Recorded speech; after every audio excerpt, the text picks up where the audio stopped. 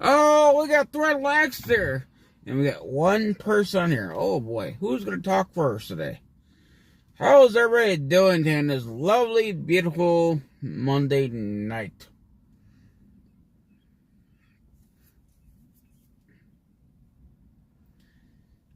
Let's see who's going to talk first.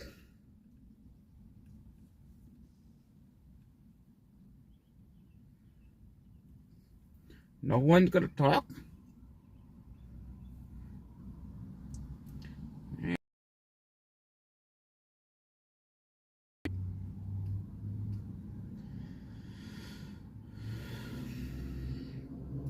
Y'all can litards can talk about how your weekend was. You know. Patriots, you can talk too. Tell me how your weekend was.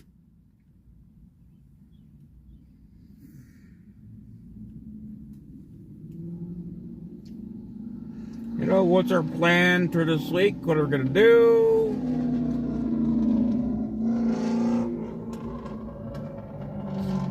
Let's tear on a car. Good son, he'll like it. Y'all give me likes, and then y'all are eating givers. You guys will take them back. I don't get why. What you guys do that for? So,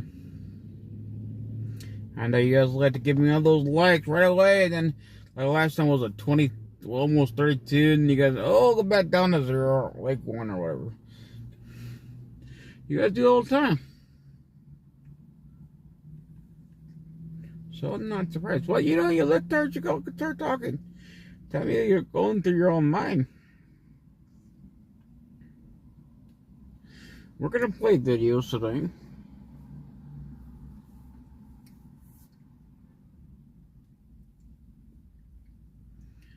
I really think it'd be a good idea that Trevor's at that prison. Or you open it up.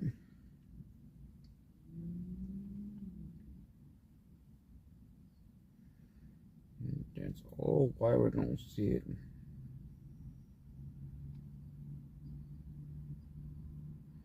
There we go.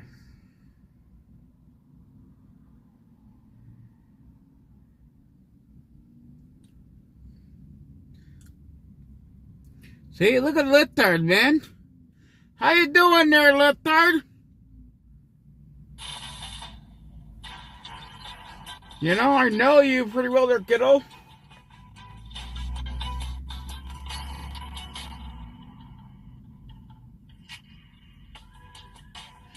First of all, I do not read chat while I'm driving. I know you just don't. You're just all freaking brainwashed. You smoked too much damn drugs a lifetime, kiddo. You think I do, but you don't understand. I don't. But you know what? You want me to say, oh, I do. So you think when I really don't. But you want me to just lie to you, so I do. So you can go make fake stories and all rumors. I don't read chat. So go tell your little bitch boys, little friends. Let them know, hey, he doesn't read chat. Go ahead and do it. Call the police. Guess what? I also want to document the police. So guess what? I'll let them do the investigation. And then guess what? When it's all done and proven that I don't, every time he gives lying, you guys know that that's actually false accusations. And that's actually going to cause you guys another charge. So you guys been really careful what you're all doing. So, I'm telling you. You guys don't understand what you guys are doing. You really don't. You guys think that you're controlling me, and you think that you can scare everybody away. You think you guys are above the law, and guess what? The law is gonna bite you all in your ass here, because you guys keep doing these little things here. Guess what? Just because you guys think that I don't do things right away, it's called documentation. Call it once. Hit you all once. You little bitch boys can't figure out what to do, what direction to go. You're fucked, that's all I'm gonna tell you. So, watch and see. See, you guys, what you do is, you like the other thing you know you like to do too. You guys like to come in my chat here, and you like to scare my viewers away. That's what you guys do. You guys want to be you guys want to be the main focus every fucking night. That's what a lot of my viewers don't want to come here because of you old liptards. Because they don't want to fucking deal with your stupidity. They don't. And I know where you guys came from. You came from a certain channel.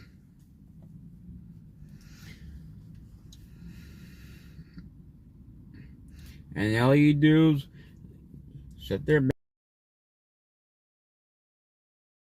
that's what you're, a little bitch boy. Behind a fake fucking channel name. Why don't you go downstairs, back on your little keyboard, and go fly your little fake airplanes, okay? That's what you should go do.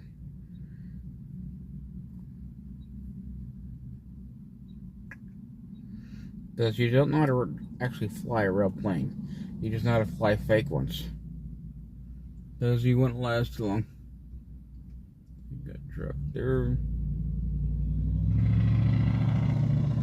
Getting body work done, you can see. Right, because he had a different door. Must passenger door must have got hit.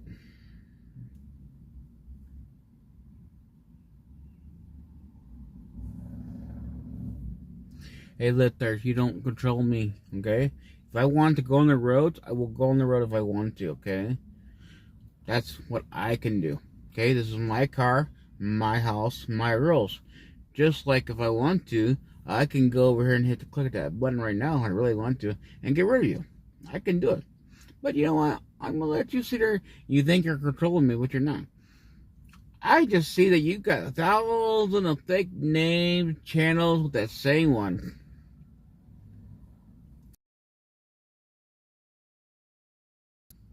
Every time. It's not gonna happen. Bluetooth connect.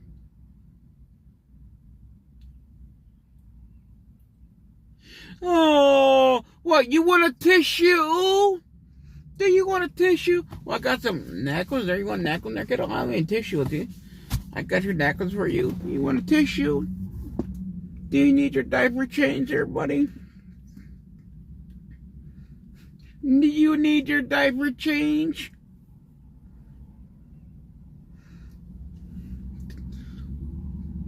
Better go upstairs, tell mommy and daddy you need your diaper change because you shit your pants, boy.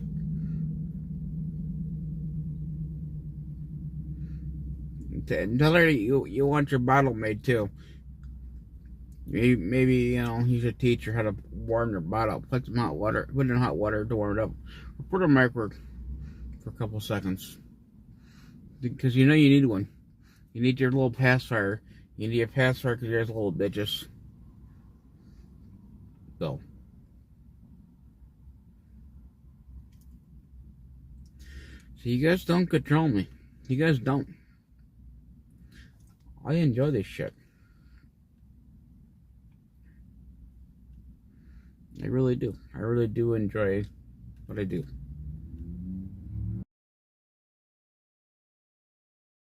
Some people don't know how to deal with your stupid asses.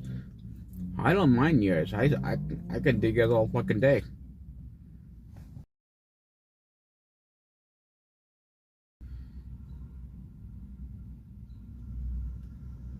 So you guys don't scare me. You guys don't scare me, and you guys think you guys can terrorize me. It don't work.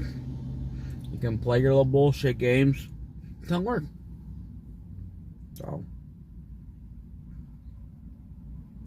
yes, I got the camera facing this direction because I'm looking at this here right now, and we're gonna watch a video. Okay.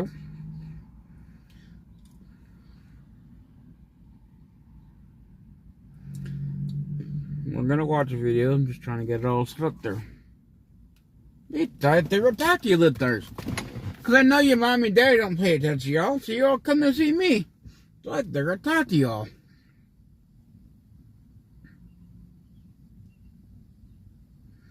Actually, we could say that one for the last. Let's see, we should. Let's go to the other one.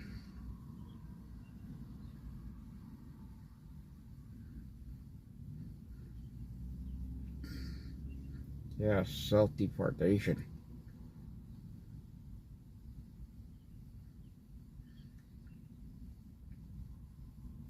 Oh, Leotard, how you doing?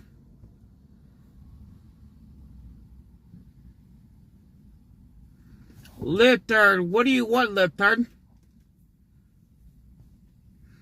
I'm sorry, I have no money for you to give to you. Okay, Leotard, what do you want? What do you want, Leotards?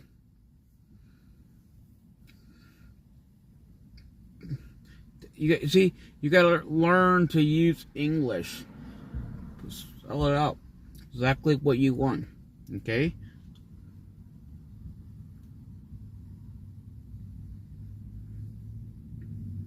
I know you think life is free, but nothing in life is free. But to you, everything is free.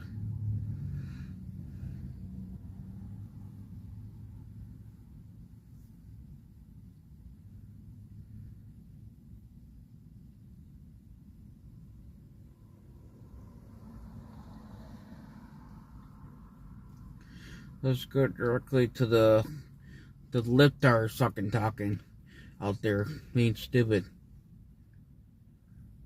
You guys have to learn to respect our culture. I don't want to see a margarita in your hand. I want to see a margarita in my hands. Fucking liptars. Well, liptars, here you go.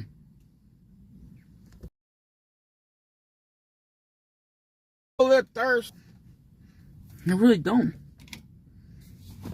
I don't give a fuck if you don't. Let's play this first.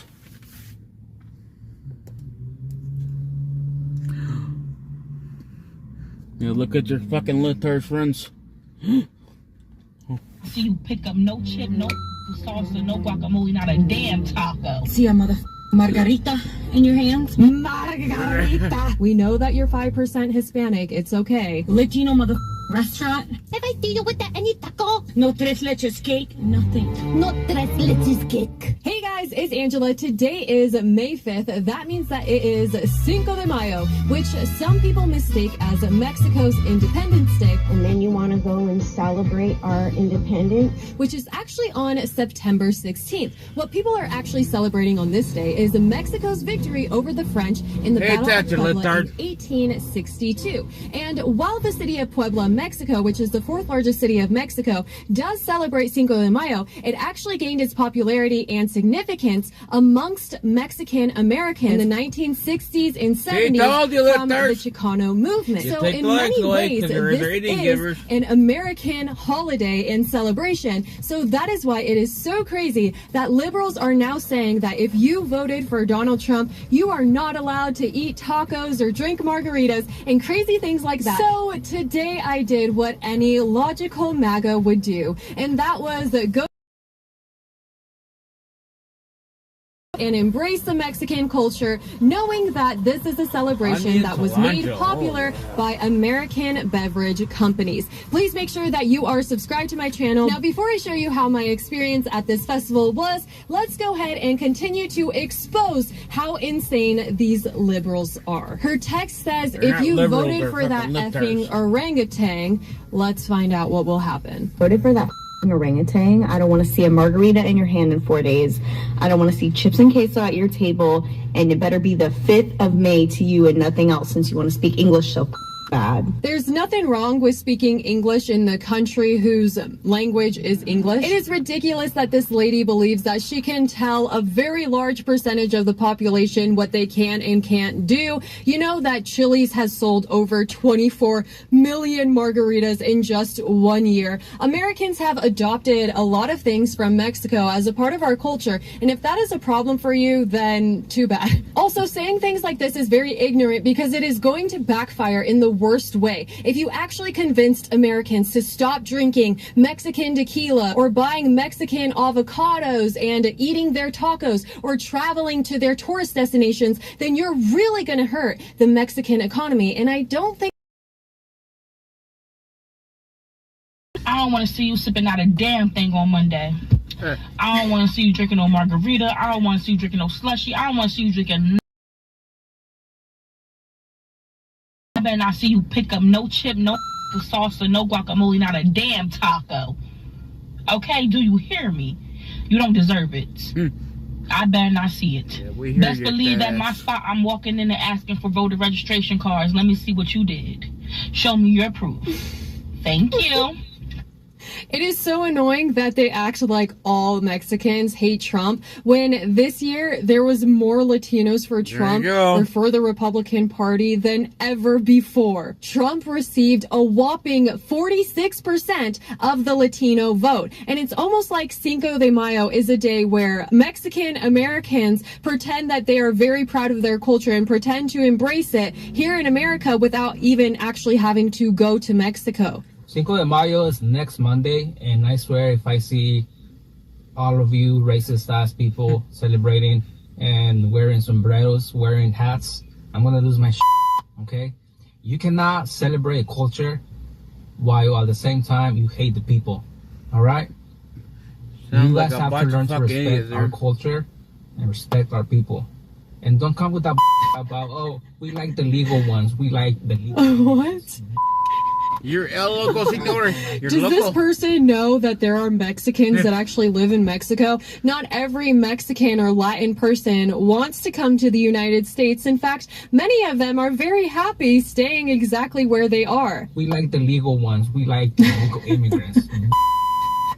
You guys don't like any of us. Seeing this video really puts into perspective how much some Latinos have strayed away from their actual culture. It reminds me of a video where a guy goes out into the street dressed up as an indigenous person, and he asks Americans if he thinks his outfit is offensive, and they say yes because it's not your culture. And then he goes to Mexico and asks them if his indigenous outfit is offensive, and they're like, of course not, because real Latinos love to share their culture. They love when other people embrace and learn about their culture. It's actually one of their favorite things. And so this is what he is saying is completely ridiculous. True Latino people will want you to embrace your culture, and they're not going to call you racist for doing so. And more people need to understand that Latino people and brown people, black people, whatever, anybody can be racist. Racism is not something that is only reserved for white people. And for some reason, our society thinks that reverse racism is okay. Tomorrow is Cinco de Mayo, as all Americans know. If you fucking voted for that motherfucking orangutan, He's out of breath. What? I better not see a motherfucking margarita in your hands. Don't go to any Stop. Okay, first of all, she's like hyperventilating. She's like, if you voted, like, okay, calm down and take a deep breath for a second. Stop pretending like this actually offends you so much. Mexican or Hispanic or Margarita.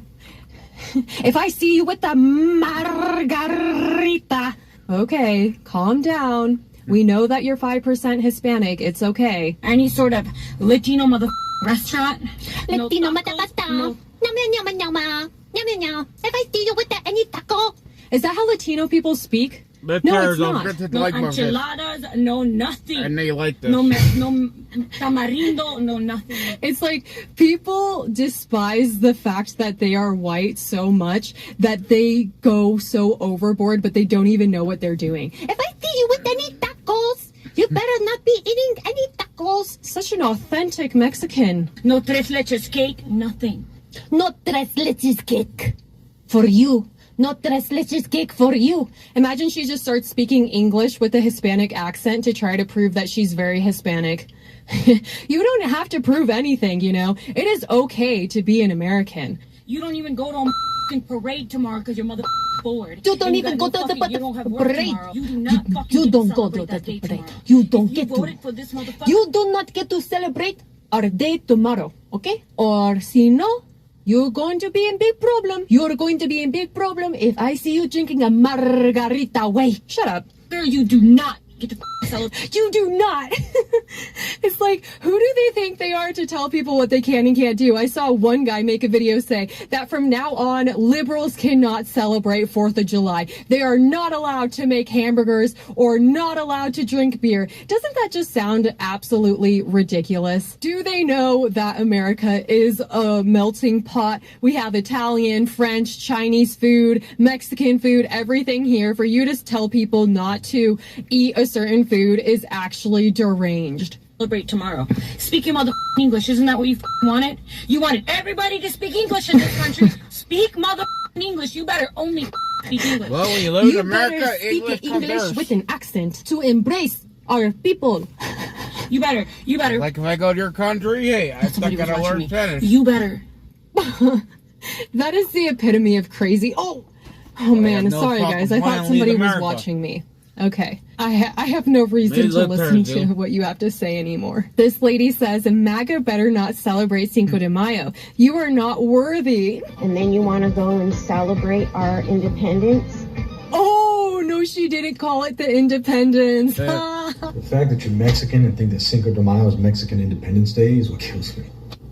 But you probably speak for a lot of other Mexicans who probably believe that too and don't actually know what Cinco de Mayo really is. You see, it's guys like him that give me hope in the world. It's people like you watching this video that make me realize that not all hope is lost. This person says that MAGA Look at is that going fucking to fat be blubber. dancing to Latin That's music on disgusting. Cinco de Mayo after voting to deport half of the Mexican That's population. disgusting. Why don't people ever talk about how many people Obama deported? As soon as I arrived downtown, I could hear the festivities, the music, and the chatter in the distance. But as I got closer, I became concerned that maybe MAGA actually isn't welcomed to this event because there was a big wall that was keeping me out. And I thought that Mexicans hated walls. As I followed the path, I was unsure how to get into the event. And then I realized that I simply needed to pass through security. As soon as I got through security, it was like I was actually in Mexico. And this is because there was so much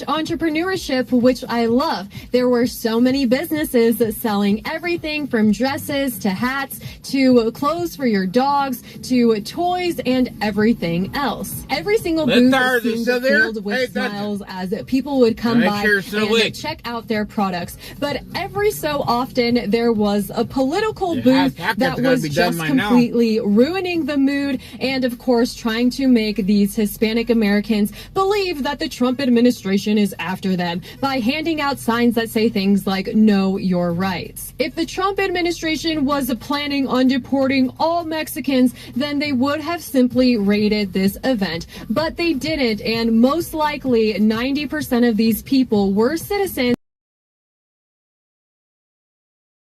There's a good chance that they're not going to be deported. More people need to understand that the people who are being deported are criminals who have been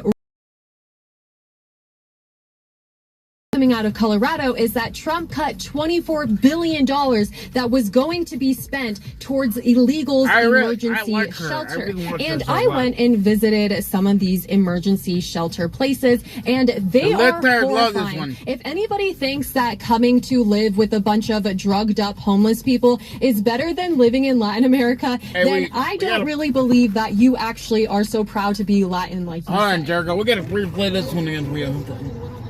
I actually don't mind it. Actually, many of the shelters in Denver have been completely shut down. There is still one that is running that is mostly a family shelter. And celebrate our independence. Let Tires love Which this is one, so we actually on replay. September 16th. What people are actually celebrating on this day is Mexico's victory over the French in the Battle of Puebla in 1862. And while the city of Puebla, Mexico, which is the fourth largest city of Mexico, does celebrate Cinco de Mayo, it actually gained its popularity and significance amongst Mexican Americans in the 1960s and 70s from the Chicano movement. So in many ways, this is an American holiday and celebration. So that is why it is so crazy that liberals are now saying that if you voted for Donald Trump, you are not allowed to eat tacos or drink margaritas and crazy things like that. So today I did what any logical MAGA would do. Eat tacos and embrace the Mexican culture, knowing that this is a celebration that was made popular by American beverage companies. Please make sure that you are subscribed to my channel. Now, before I show you how my experience at this festival was, let's go ahead and continue to expose how insane these liberals are. Her text says, if you voted for that effing orangutan, let's find out what will happen. Voted for that orangutan. I don't want to see a margarita in your hand in 4 days. I don't want to see chips and queso at your table, and it better be the 5th of May to you and nothing else since you want to speak English so bad. There's nothing wrong with speaking English in the country whose language is English. It is ridiculous that this lady believes that she can tell a very large percentage of the population what they can and can't do. You know that Chili's has sold over 24 million margaritas in just 1 year. Americans have adopted a lot of things from Mexico as a part of our culture. And if that is a problem for you, then too bad. Also, saying things like this is very ignorant because it is going to backfire in the worst way. If you actually convinced Americans to stop drinking Mexican tequila or buying Mexican avocados and eating their tacos or traveling to their tourist destinations, then you're really going to hurt the Mexican economy. And I don't think that that is what these people intend on doing. And if you voted for Trump, I don't want to see you sipping out a damn thing on Monday. I don't want to see you drinking nothing but water and damn disappointment. I better not see you pick up no chip, no salsa, no guacamole, not a damn taco. Okay, do you hear me? You don't deserve it. I better not see it. Best believe that my spot, I'm walking in and asking for voter registration cards. Let me see what you did. Show me your proof. Thank you.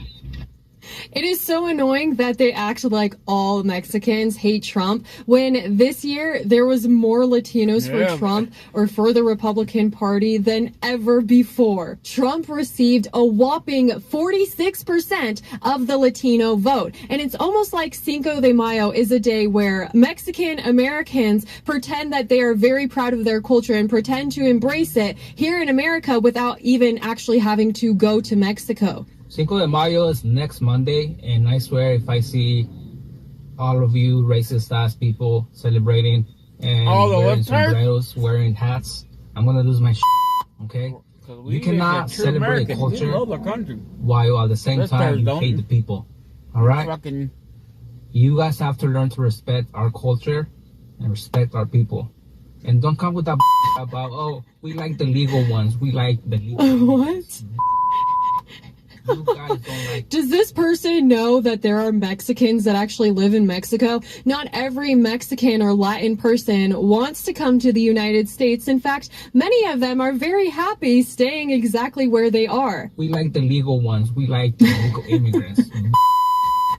You guys don't like any of us. Seeing this video really puts into perspective how much some Latinos have strayed away from their actual culture. It reminds me of a video where a guy goes out into the street dressed up as an indigenous person, and he asks Americans if he thinks his outfit is offensive, and they say yes because it's not your culture. And then he goes to Mexico and asks them if his indigenous outfit is offensive, and they're like, of course not, because real Latinos love to share their culture. They love when other people embrace and learn about their culture. It's actually one of their favorite things. And so this is what he is saying is completely ridiculous. True Latino people will want you to embrace your culture, and they're not going to call you racist for doing so. And more people need to understand that Latino people and brown people, black people, whatever, anybody can be racist. Racism is not something that is only reserved for white people. And for some reason, our society thinks that reverse racism is okay.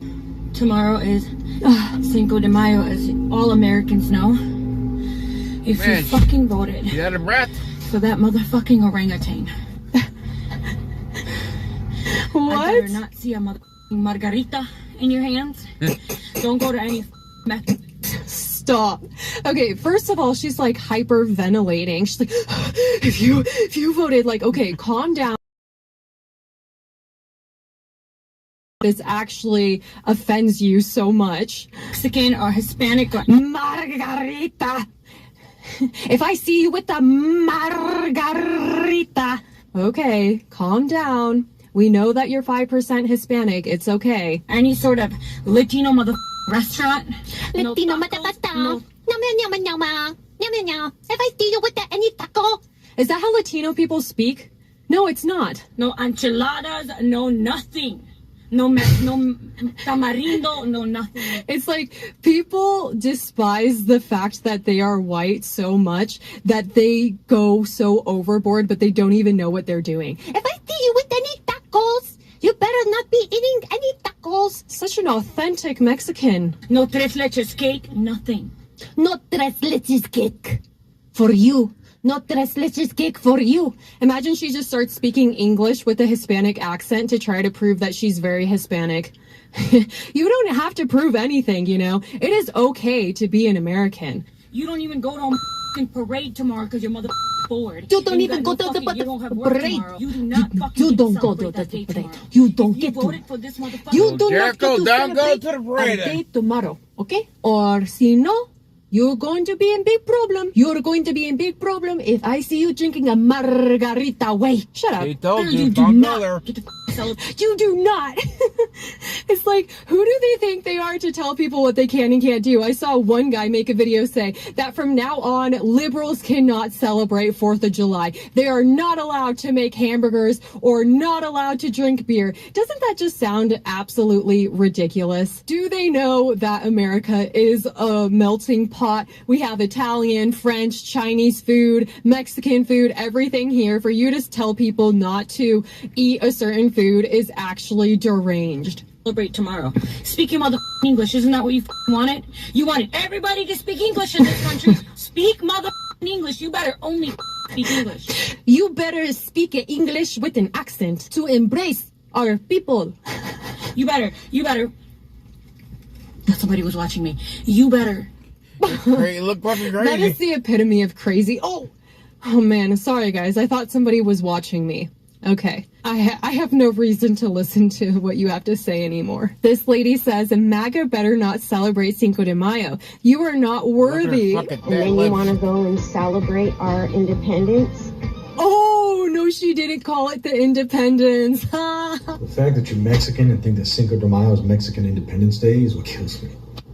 But you probably speak for a lot of other Mexicans who probably believe that too and don't actually know what Cinco de Mayo really is. You see, it's guys like him that give me hope in the world. It's people like you watching this video that make me realize that not all hope is lost. This person says that MAGA is going to be... After voting to deport Come on, if I half know of the that dead Mexican nigga, what the fuck population, words? Sure why like don't that. people ever talk about how many Look at that, people fucking Obama disgusting. deported? As soon as I arrived downtown, I could hear the festivities, the music, and the chatter in the distance. But as I got closer, I became concerned that maybe MAGA actually isn't welcomed to this event because there was a big wall that was keeping me out. And I thought that Mexicans hated walls. As I followed the path, I was unsure how to get into the event. And then I realized that I simply needed to pass through security. As soon as I got through security, it was like I was actually in Mexico. And this is because there was so much entrepreneurship, which I love. There were so many businesses selling everything from dresses to hats to clothes for your dogs to toys and everything else. Every single booth seemed filled with smiles as people would come by and check out their products. But every so often, there was a political booth that was just completely ruining the mood and, of course, trying to make these Hispanic Americans believe that the Trump administration is after them by handing out signs that say things like, know your rights. If the Trump administration was planning on deporting all Mexicans, then they would have simply raided this event. But they did. Were citizens, and if they haven't committed any crimes and they are illegal, there's a good chance that they're not going to be deported. More people need to understand that the people who ruining the lives of Americans. Some other recent news coming out of Colorado is that Trump cut $24 billion that was going to be spent towards illegals' emergency shelter. And I went and visited some of these emergency shelter places, and they are horrifying. If anybody thinks that coming to live with a bunch of drugged up homeless people is better than living in Latin America, then I don't really believe that you actually are so proud to be Latin like you say. This one, and the one on the side are closed for time. Actually, many of the shelters in Denver have been completely shut down. There is still one that is running that is mostly a family shelter.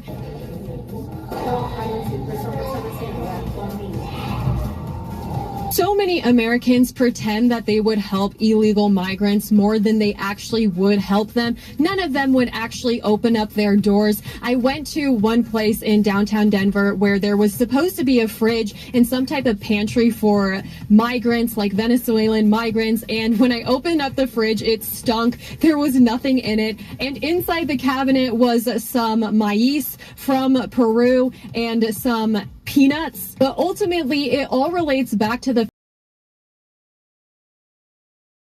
process, and one day will be an American citizen. You are very, very fortunate because not everybody has that luxury. Anyways, going back to this festival, I was very surprised by how many people there were here, and that is probably because Hispanics make up 19.5% of the U.S. population. And so there are many, many Hispanics who are citizens and many people who are in the process of becoming citizens. So therefore, it is a little bit unfortunate that they try to politicize all Hispanics and make it seem like all of them are illegal immigrants or all of them just came over. That really is very far from the truth. I then noticed that there was a stage of women with these big, beautiful dresses that they were twirling around, and I loved the colors and the shapes and just how feminine the women were and how masculine the men were and just how traditional these dances were, which really made me remember how unaligned the Liberal Party is with true traditional Hispanics. After I spent some time watching these lovely dances,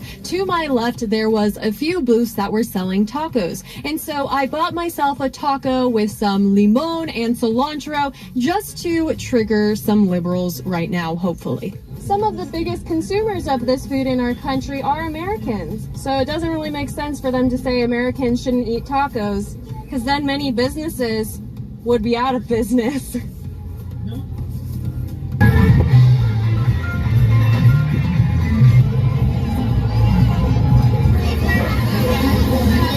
After that, I wandered around Civic Park where they had multiple stages. There was no ice in sight, but there was lots of music and lots of dance. There was a time that liberals wanted us to believe that if you were Hispanic and you left your house to even go,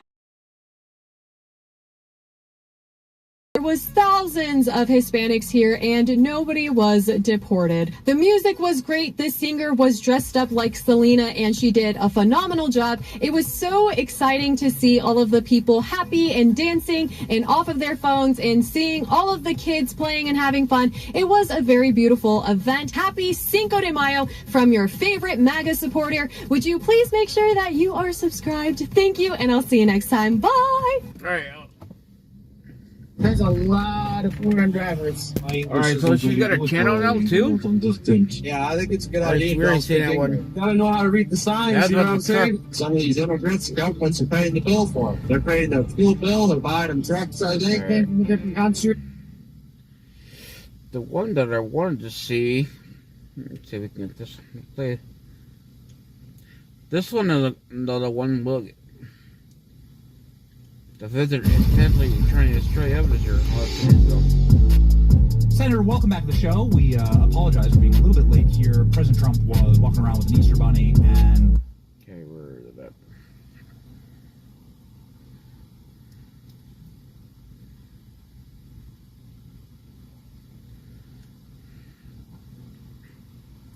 Why do they do that every time? Okay, right there, someone. Opened to hold our nation's most heinous criminals. So Trump wrote on Truth Social, I think this is a good idea. Offenders who will never contribute anything other than misery and suffering. That is why I am directing the Bureau of Prisons together with the DOJ Alcatraz to house the most ruthless offenders. The prison was once home to some of the most infamous gangsters like Al Capone and Machine Gun Kelly, but it closed in the 60s and now stands as a national landmark and tourist attraction. Democrats, including former House Speaker Nancy Pelosi, though, are less than thrilled with this plan. Pelosi saying, quote, Alcatraz closed as a federal penitentiary more than 60 years ago. The president's proposal is not a serious one. Meanwhile, President Trump is focused on choosing a permanent national security advisor after nominating Mike Waltz as UN ambassador. I have a lot of people mean, a lot of people say it really works in with what Marco's doing, but we have a lot of people. I'm going to be naming somebody, but we will make I would say within 6 months. Stephen Miller's at the top of the totem pole. I mean, I think he sort of indirectly already has that job. You understand? Because he has a lot to say about a lot of things. He's a very valued person in the administration, Stephen Miller. Trump confirmed Waltz did not resign from National Security Advisor, but was rather upgraded to what he called a higher position. So as we sit just over 100 days into his second term, the president is already looking ahead to the next 4 years, suggesting Vice President J.D. Vance or Secretary of State. My name is John Johnson, but everyone here calls me Vicky. Will you please follow me? This is the main cell block area. Oh, yeah? We're gonna watch it next. Home to such famous criminals But as the link to Al the chat there. Capone, Mickey Cohen, Joseph Dutch Pritzker. This is the cell for solitary confinement that over the years had come to be known as Times Square. Make sure everyone gets a look. All right, put in the chat. All right, the link in the chat there. We'll play it. All you have to know is that Harriet is a sweet, kind, and loving person. Well, that's good. That's nice. And yes, we did. All right. Close it up, close it up, close it up. This way to the cafeteria. Alphonse Capone. We're all going off about it on the editor's chat. Alphonse Capone. You can see this happening. Listen, if you're paying attention, and thank you for paying attention last week, we appreciate it while we were on the road and ripping content. We'll have some of that fantastic content for you up on the channel this week. We shot our little hearts out in L.A. We definitely made that trip worth it. But we are back in the studio, and we are very thankful for that. But if you were paying attention, you would have seen in the 2024 election, President Trump talking about Alphonse Capone. They charged me more than Alphonse Capone. You knew that the Alcatraz move was in the cards. You knew it. You knew it. Ladies and gentlemen, here we are today, Monday, May 5th, 2025. Trump calls to reopen Alcatraz. Kristen Welker gets torched in interview with President Trump, but more importantly, Donald Trump announces his successor and his definitive plan for 2028. Donald Trump has certainly been tiptoeing. Brandon Tatum and Robbie Starbuck joined the program. My name is Benny Johnson, and this is The Benny Show. I want to begin by saying Happy Cinco de Mayo. A Cinco de Mayo post to remember is President Trump posting a photo of him with a taco bowl inside of Trump Tower. This was posted in the year 2016. Yes, this is a 2016 post. Let's see, 145,000 likes, 97,000 reposts, 20,000 comments. And here's our comment on all this. If you click on the image itself, you can zoom in, and you can see that President Trump is eating his taco bowl on a photo of his ex-wife, Marla Maples, in a green bikini, which I think is a really important thing. I don't know exactly why, but it is an important piece of lore and history for our country that the current president of the United States, who has, by the way, a wonderful relationship with Marla Maples. We've met Marla Maples. She is ubiquitous at Mar-a-Lago and Trump properties. She clearly her and Trump have a daughter together, Tiffany Trump. They have a happy relationship. Donald Trump was just at Tiffany Trump's wedding and so on and so forth. Tiffany Trump's going to, I think, make Donald Trump a grandfather of 10 soon. Anyway, the point is that they have a happy relationship. And I don't know exactly why Marla Maples was in a bikini under the taco bowl, but it is something that we will definitely ask President Trump during our live interview soon. We're going to manifest here, all right? We're going to keep manifesting. You should come get it, ladies and gentlemen. Advantage Gold can make sure that you come get financial security and stability in this COVID crash of 2020. It is rocky. It's up, it's down, it's left and sideways. And ladies and gentlemen, it's not for you if you're faint of heart. The system certainly is broken. That is a matter of fact. I think President Trump is trying his best to reset it. But while you're at it, why not secure your 401k, your IRA? You can legally move it into physical gold and silver assets that have protected wealth throughout every major economic crisis. Advantage Gold is showing every single day Americans that you can do it step by step. They're offering a free info kit, plus up to $1,000 in free bonuses when you qualify today. Text Benny to 85545 to learn how to get help breaking free from the broken financial system. Text Benny to 85545. Send that text right now. Data and messages apply. Performance may vary. You can always consult your financial and tax professional. All right, ladies and gentlemen. Killer Klein. We were just in California. And we come back. We do a red-eye flight back. And then Trump announces he's going to reopen Alcatraz. What do we think? Do we have to go back out there? Do we have to go back out to Alcatraz and go ask questions? Maybe we should go to Alcatraz and do a tour. Maybe that it's a national park service. We just hit up Doug Burgum and go do a tour. Kara, you listening? She's our great booker. She's fantastic. Kara, you listening? Let's go do the Alcatraz tour. We were just out there. The time change. Ladies and gentlemen, I'm pushing for, I'm in the late 30s, all right? But let's anymore. Got these little kids. Time change is brutal, but I'll do it for you. Maybe we go back out. We ask people if they want Alcatraz. We can go ask San Francisco libs if they want Alcatraz to be turned into a prison for them, right? Who will Trump send to Alcatraz? Well, Nancy Pelosi is losing her freaking mind. Let's start with the Trump post, and then we'll go to Pelosi. So Donald Trump posted this on Truth Social, and let me know in the comment section. Let me know in the chat.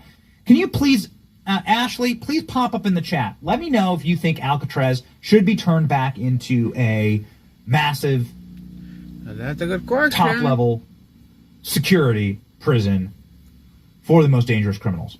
Let me know what you think. Let me know what you think. I don't think so. Have you watched The Rock? Oh, yeah. Yeah. Should we do it?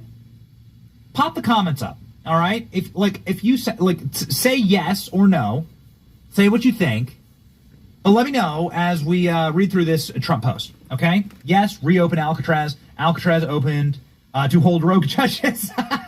It's a great idea. You know what's going on here. Do you have you know what's going on? Okay, I'll read the Trump post. What's happening here is a dick measuring competition. Forgive my crude language, but this is what's going on. President Trump keeps seeing what they're doing in El Salvador, and he wants his own version of it. You know in your heart that's what's going on here. You know in your heart that that's what's happening. Donald Trump's like, why can El Salvador have such a fun, maximum security terrorist prison, and I don't get one of those? I need my own cool, it's called CHIT, right? Is that what it is? The Center for Terrorism Control? I need that. It's the famous prison. We have a B-roll stinger all loaded up with it. Make sure that that's loaded, Klein. But yeah, this is what's going on. Trump's saying, I want my own massive terrorism prison that looks... That's what's happening here. Clearly. Rebuild and open Alcatraz, says Donald Trump. And keep the comments rolling. Chat, what do you think? It's Monday morning. This Monday morning, there wasn't a ton of news that broke over the weekend, which is quite shocking, actually. So let's rock and roll. What do you think about the Alcatraz question? And hey, do we have a poll up? Put the poll. Let's do that as a poll on YouTube. We're just doing it. Why not? We're back in the studio. We're just doing the show live. You can't do this from the hotel room. We're gonna do it live.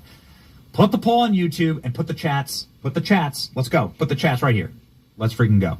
Rebuild and reopen Alcatraz. For too long, America has been plagued by vicious, violent, and repeat criminal offenders. True. The dregs of society, who will never contribute anything other than misery and suffering. When we were a more serious nation, in times past, we did not hesitate to lock up the most dangerous criminals, to keep them far away from anybody that could harm them. That's the way that it's supposed to be. No longer will we tolerate these serial offenders who spread filth, bloodshed, mayhem in the streets.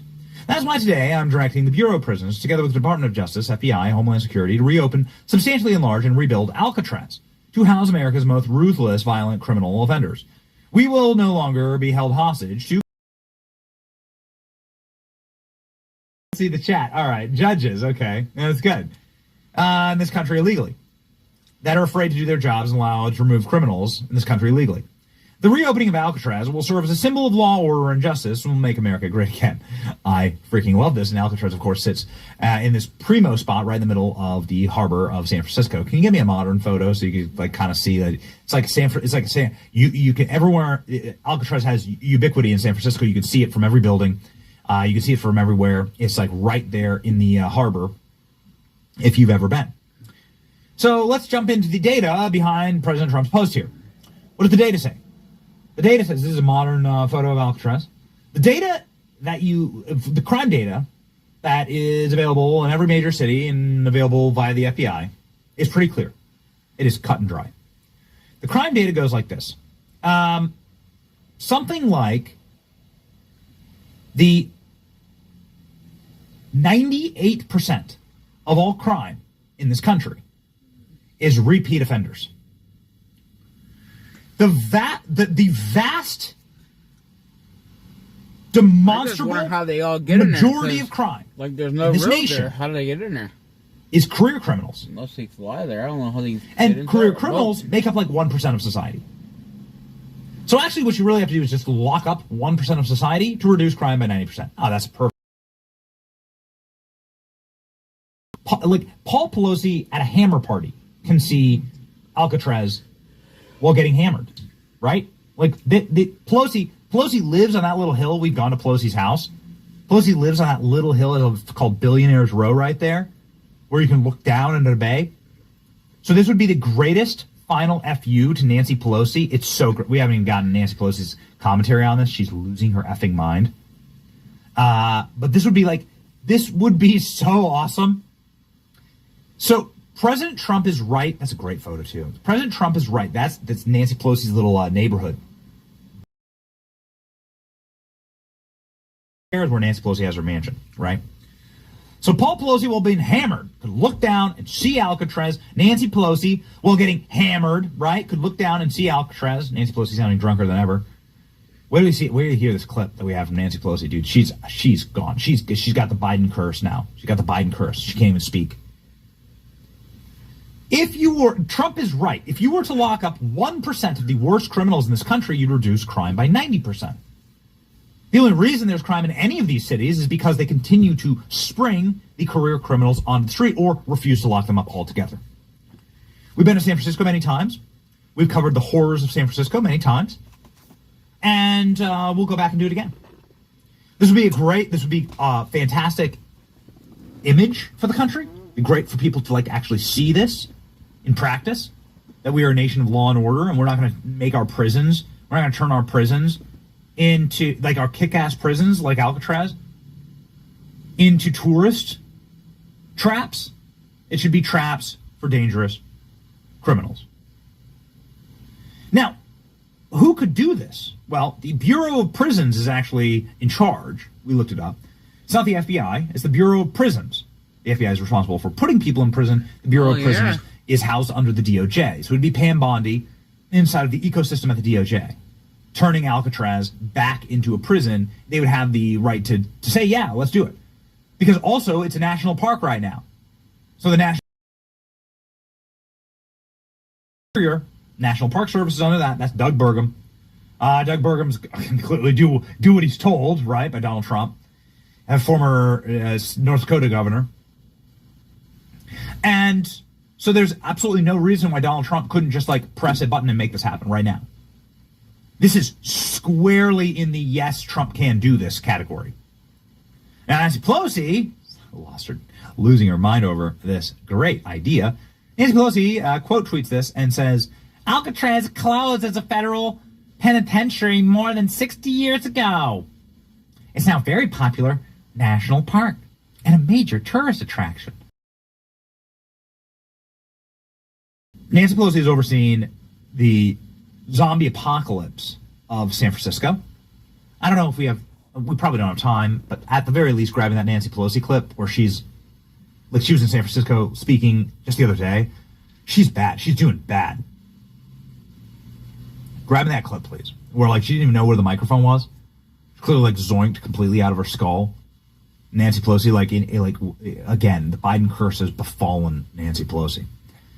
She's overseen the gutting and the horrors of San Francisco, which, it pains me to say, is probably the most geographically gifted city in all of America. It's just particularly gorgeous and beautiful, and they have ruined that place. Nancy Pelosi and her kind have ruined that place. We were robbed right outside of Pelosi's house robbed. Got all of our stuff stolen right outside of Pelosi's house. The Secret Service was there, and they were like watching us get robbed. The next time we went back to California, we were robbed again in Oakland. I mean, maybe you could just like start blaming us for these kind of things. Anyway, the point is that Nancy Pelosi is the reason that nobody wants to go for tourism to San Francisco, and now she's going to start blaming Donald Trump for this, and Nancy Pelosi maybe has other problems at hand. Here's Nancy Pelosi, fresh off a bender, and trying to speak at a food bank in California, where presumably, and I looked through the actual script here, she was like talking about how we need slaves. Means that they won't be able to use them or in exploitative labor, which is something that Democrats have always wanted to do for minorities. It's actually the purpose of Democrats in this country since the founding of this country. But anyway, here's Nancy Pelosi having a rough one.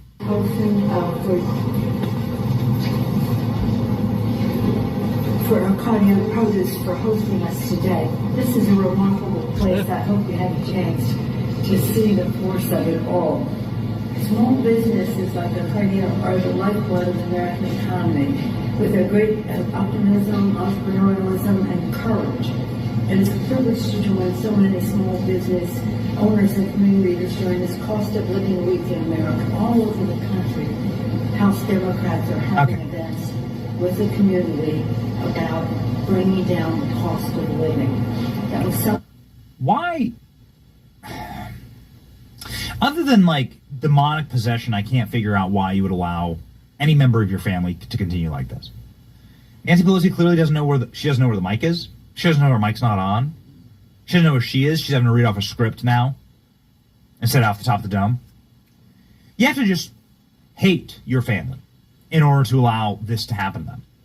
You've got to like despise them.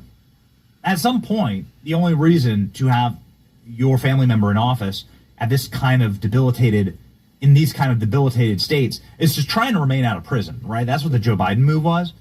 And maybe this is what the Pelosi move is. Like the Pelosi family knows they're ruined. As soon as Nancy loses power, they'll be federally investigated and they'll lose everything. I think this is clearly why you cling on to power. And it's that tale as old as time. Kings would do this all the way back 1,000 years ago. A king or their family would do this very Game of Thrones style thing, right? Like as soon as you lose power, you get beheaded. So maybe Nancy Pelosi is trying to keep herself out of Alcatraz. You ever thought about that? Maybe Nancy Pelosi is trying to keep her own family out of Alcatraz. President Trump on Alcatraz saying this is a great idea. I think it's a great idea. We just put up like 40 comments that says it's a great idea. Clearly the chat agrees. Let's go. Where did you get the idea for reopening Alcatraz? Just an idea I've had, and I guess because the judges, so many of these radicalized judges, they want to have trials for every single person that's in our country. Of trials, and it's just so ridiculous what's happening. And it's long been a symbol, Alcatraz, of whatever it is. I mean, it's a sad symbol, but it's a symbol of law and order. And it's got quite a history, frankly. Yeah. So I think we're going to do that, and we're looking at it right now. Why not? How fun would that be? Why not? Why not? I would like what you'd say. Can you put up the image of San Francisco again? So what you do is you take, man, we've gone out so many times to San Francisco. Have you been to San Francisco lately? It is such a bummer. Oh, Alcatraz. That would be smart. Maybe you could put up a giant sign. Maybe you could rename it, right? You could call it Alcatraz and put up a massive sign. It could be a big billboard. Anyway, the point is that San Francisco is the most left-wing city in the country. It's fallen to abject and total degeneracy. The last time I was there, I was walking down the street to get myself a cup of coffee in the morning. It's first thing in the morning. And the first thing I mean, this is so gross. I'm sorry, but like it's true. I have it on camera. On my way to get a coffee, and I'm a caffeine addict, on my way to get a coffee, there's like some guy defecating in the middle of this like hi, and I'm like, And it's like, I'm supposed to go environment. It is worse than the third world. Because at least in the third world, it looks like the third world, right? In the third world, like in the like if you have to, in the third world, like you go and everything's like a shanty town and it's all collapsed and it's all disgusting. It's all like everyone's in huts anyway. Everybody's living in total squalor. In San Francisco, it's like so it's totally dystopian. And I just took a photo of it, like some kind of a PG-13 photo of like, I can't drink my coffee here.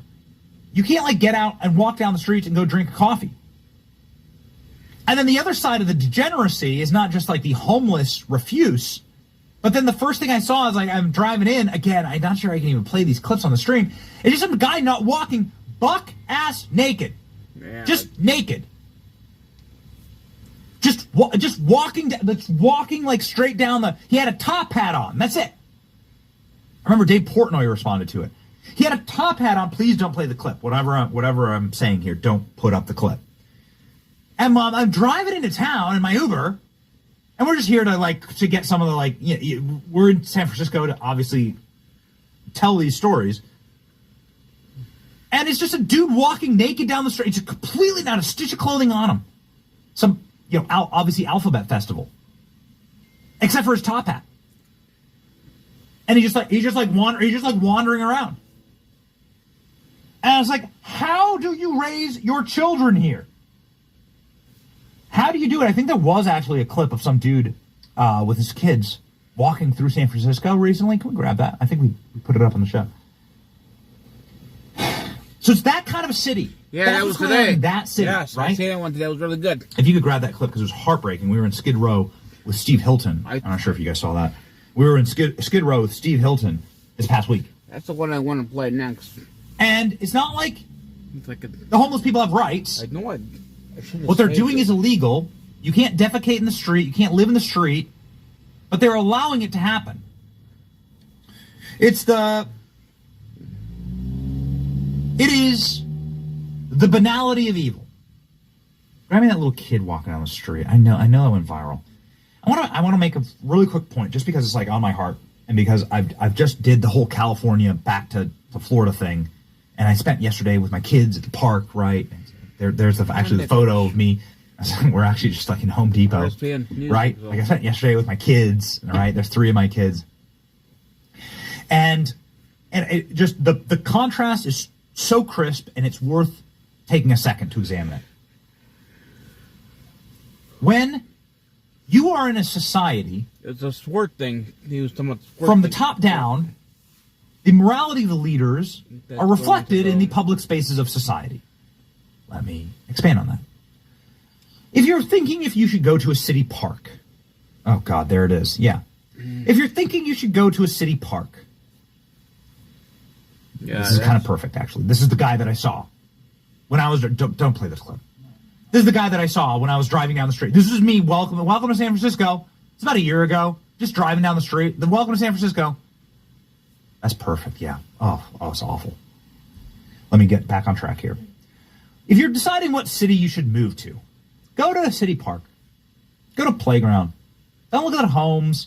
Don't look at any of their data. Go physically, and I know it's anecdotal, but it's true.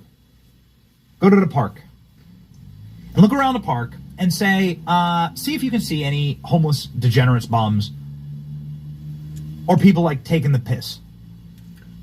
See if the city looks like this. If the public spaces look like this, you must leave immediately. Don't even consider moving to the city. Yeah. The reason why is that the city makes a decision.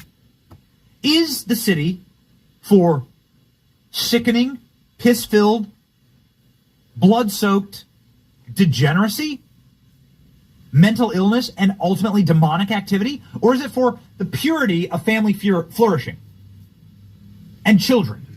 They can't coexist. It's why this clip went viral.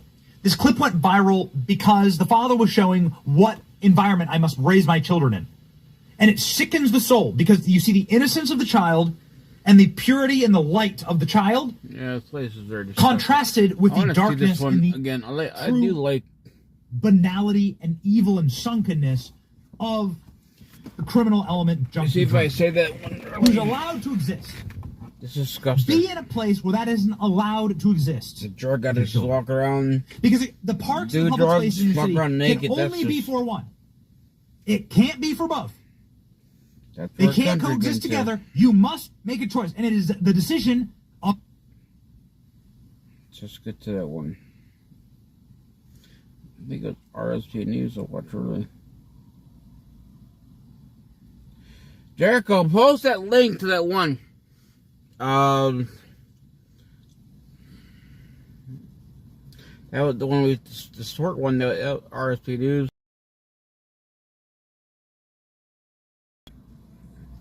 Oh, bathroom. An Illinois behavioral health facility. A global settlement may be coming in 2025. These facilities allegedly...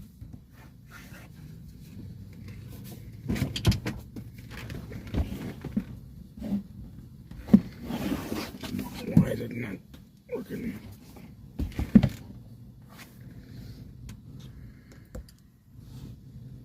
Play it.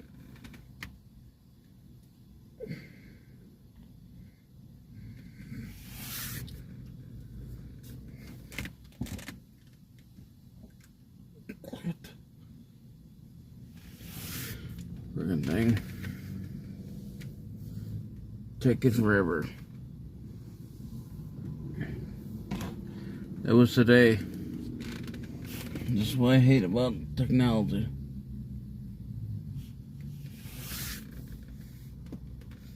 And of his bathroom, what's going on?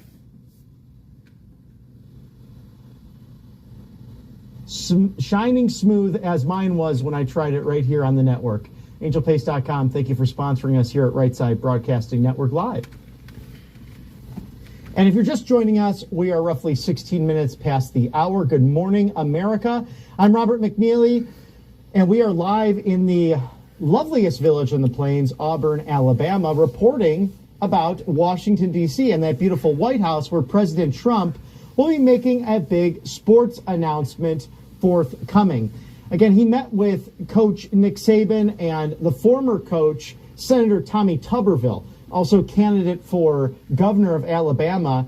And he was on Air Force One with President Trump traveling to Tuscaloosa last week. And I'm sure they spoke extensively on the NIL issue. We know both Senator Tuberville and Coach Saban, big critics of what has taken place there, because that's one of the reasons Saban left coaching football. He said, I felt like I wasn't turning men or boys into men necessarily, but it became more of the minor leagues. More players were starting to be concerned with salary rather than growing as students and growing as good men in the community. And that's why he went to commentating. So we'll see what happens with everything regarding the NIL process, something that there are some positives, there are some negatives. We'll dive into those as President Trump is set to make an announcement about this, where the federal government can assist with that process and perhaps certain regulations or even the removal of regulations. We'll see what happens there, because President Trump is engaged in the culture. He loves sports and he loves the sense of competition.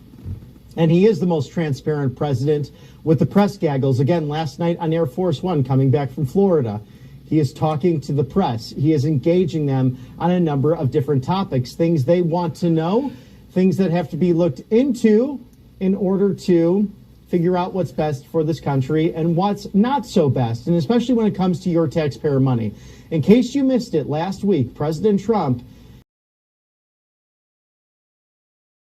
PBS, and for NPR. And that is a good thing, because they were putting out some extreme content, things that your children could see at home that weren't necessarily appropriate. I'll pull up a list of this because it really was quite disgusting. Again, everyone has free speech, but these are places that have major, major endowments. And then, like Harvard, they cry and whine and complain when that federal money is cut off, because they're either putting out really grotesque content that actually can violate FCC standards, or they go down an entire road completely bashing one side of the political aisle, 80 million plus people, or even those who are not political but conservative socially and believe in traditional marriage, believe in raising their kids on the right side of history, and then they're exposed to these things that are really quite gross and disgusting, and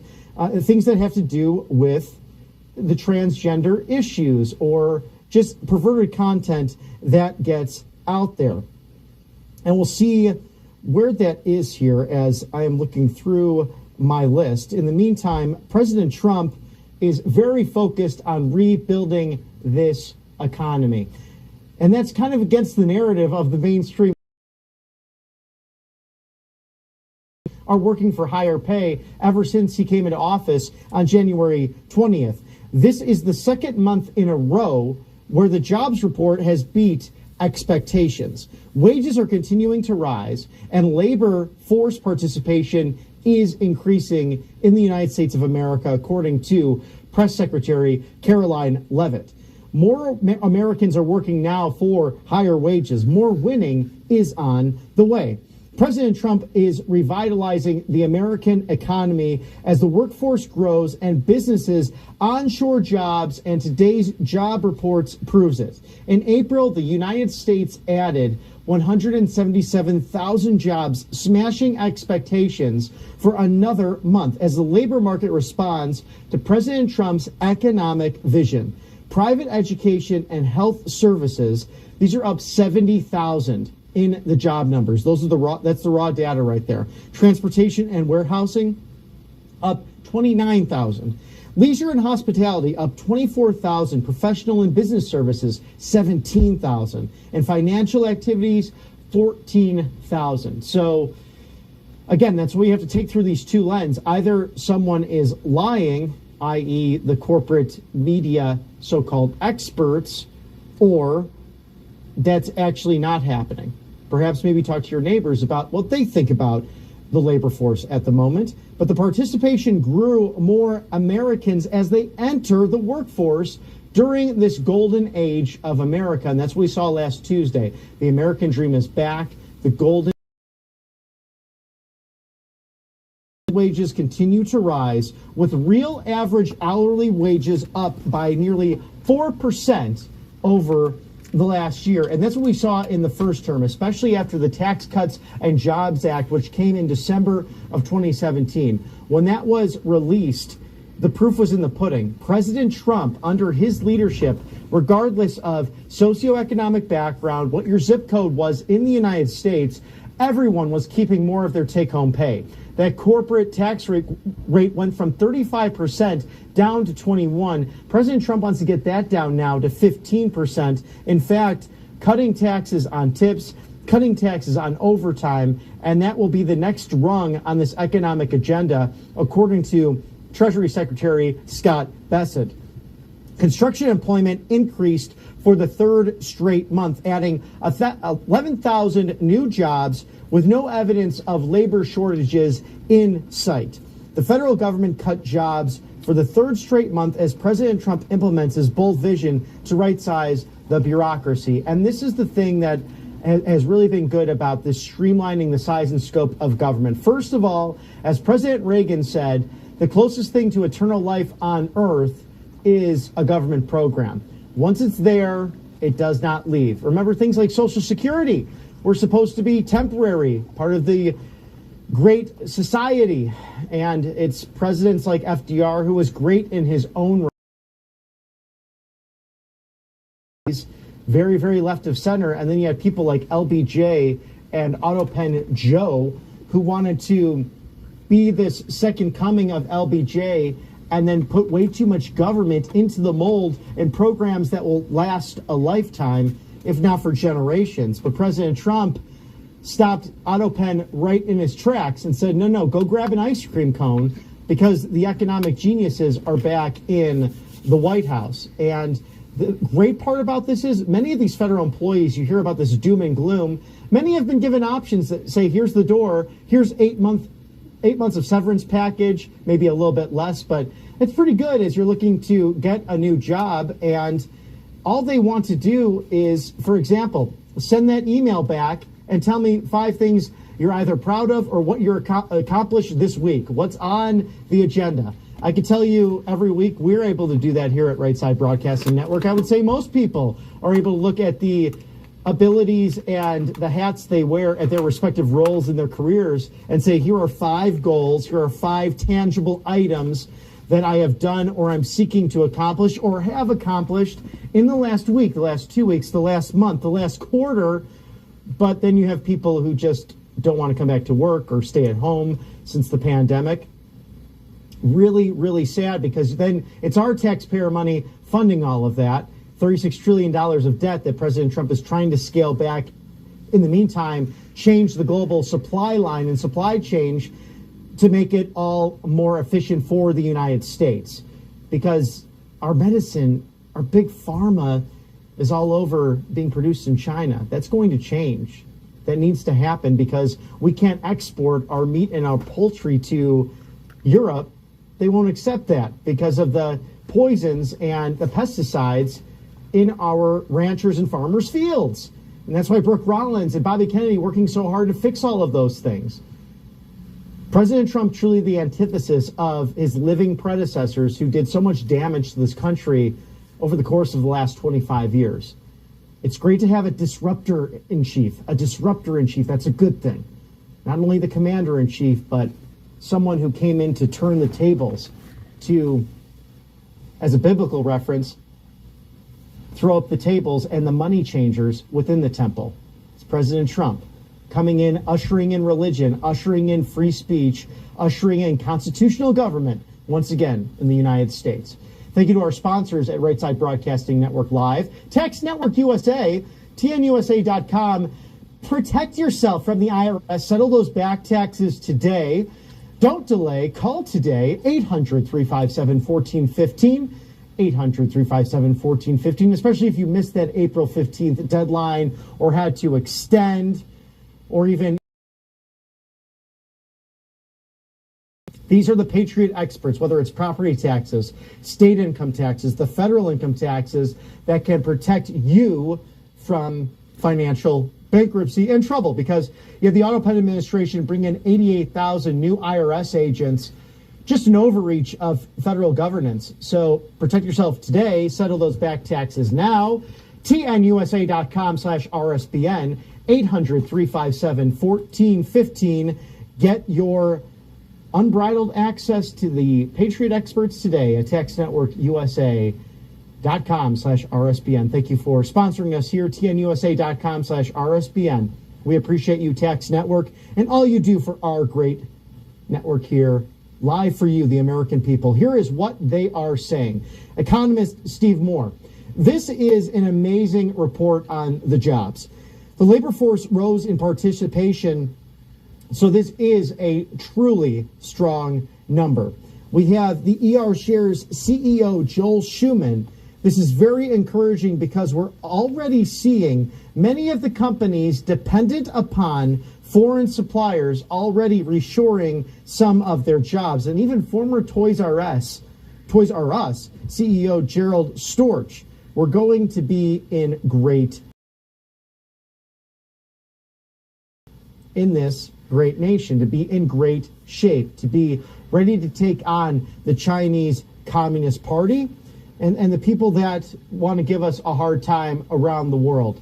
There is a rise in right-wing populism and nationalism. That's not a bad thing. Look at our partners in El Salvador. Mr. Bukele doing an extraordinary job taking criminal aliens at the behest of our deportation, based on the work of Tom Homan, Kristi Noem, Pam Bondi, Kash Patel, all doing extraordinary jobs in their leadership roles to secure this nation, and other great nations helping us out in exchange for free trade and fair trade deals. Look at Italy and how fantastic it is under Giorgia Meloni and the work that she's doing. As she told President Trump and Vice President Vance, this is about saving Western civilization, working together as a team, respecting each other's sovereignty, but also being friends in the process.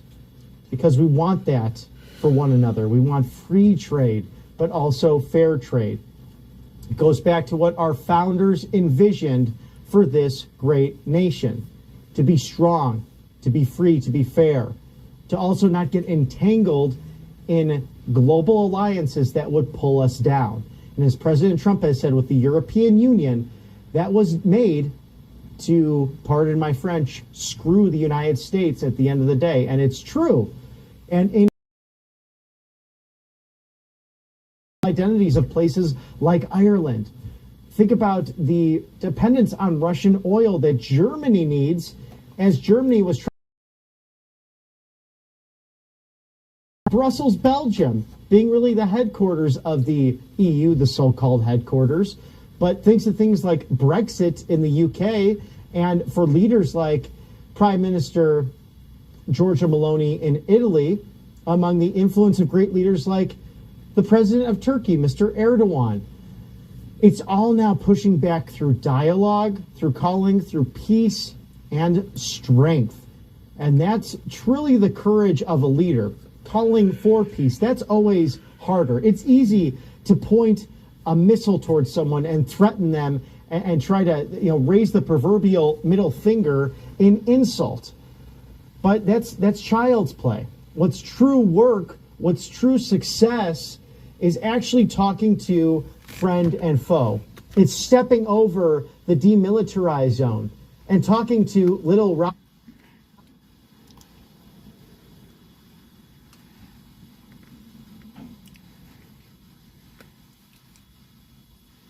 A speech, a good friend of the network, and a good friend of liberty, and perhaps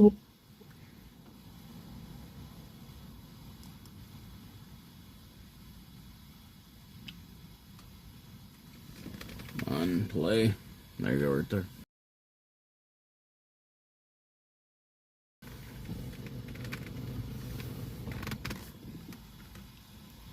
Trump all you want. President Trump's a I'm a border guy. Even President Clinton and Obama took steps to secure the border because they understood you can't have national security if you don't have border security. No one did more than President Trump during his first administration. We handed the Biden administration the most secure border in my lifetime, and he purposely unsecured it. First president in history of the nation to do that. Look at what President Trump achieved in 8 weeks. He did in 8 weeks what Joe Biden couldn't and wouldn't do in 4 years. We have the most secure border in the history of this nation right now because of President Trump. Greatest president in my lifetime. You can quote me on that. Thank you, Mr. Roman. Thank you. Thank you.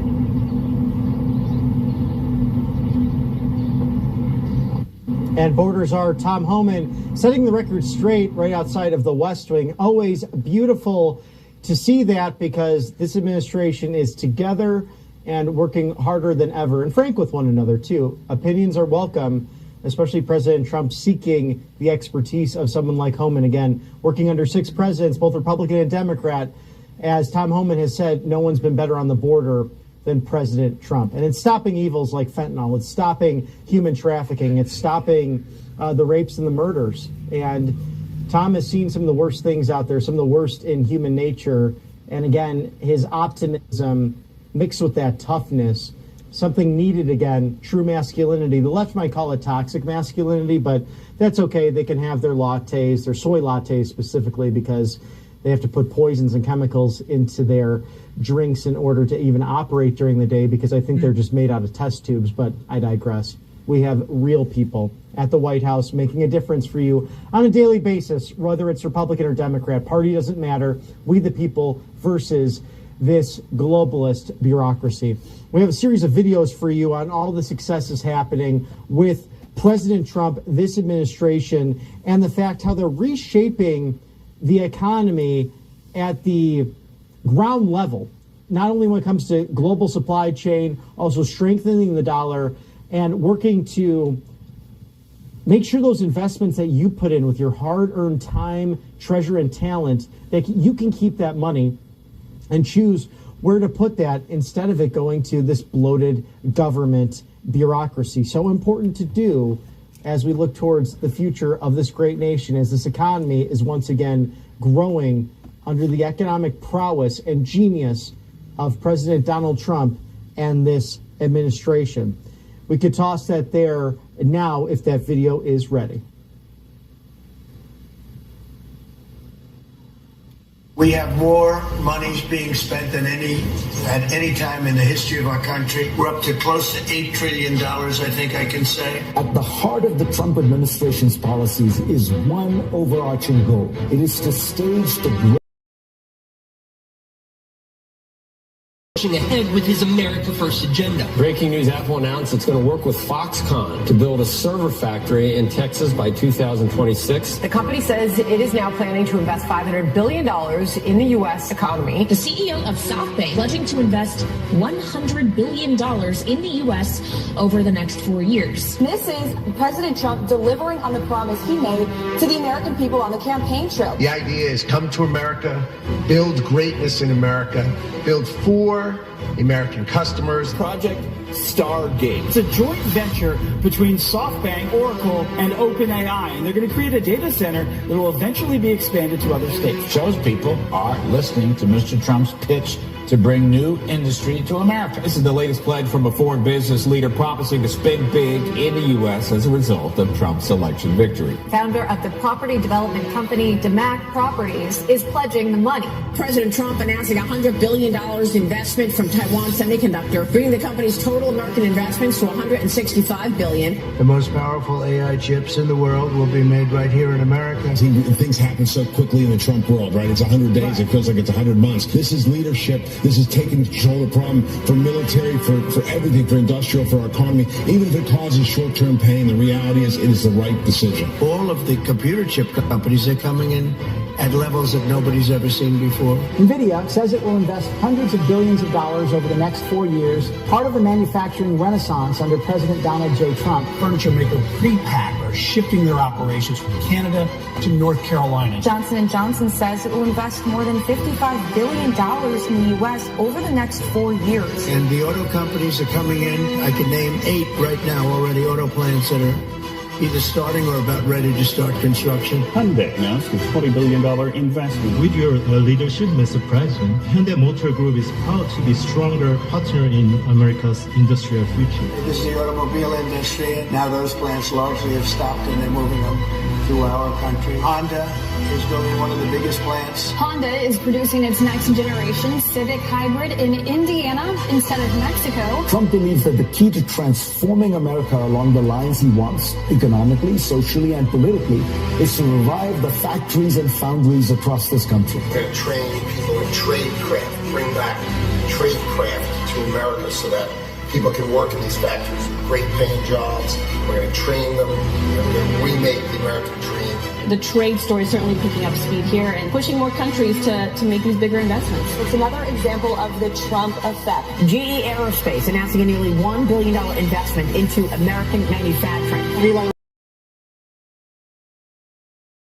27 billion additional spend, bringing our total to more than 50 billion. The money's rolling in, and this is in the past 60 some odd days, Charles. And these are deep-pocketed folks who want to have a relationship, and it's just smart moves. We are CMA CGM, one of the leaders in shipping and logistics around the world. Today, we are investing $20 billion. Foreign leaders from around the world, investors from Silicon Valley to Wall Street to Main Street have confidence again in our economy and our markets and in President Trump. The Trump effect this morning, a string of massive wins for American manufacturing. The numbers speak for themselves. Wisconsin-based Clarios is putting up $6 billion to expand its American operation. And what's driving these decisions? Well, President Trump's aggressive Made in America policies and his commitment to bringing industry back to American soil.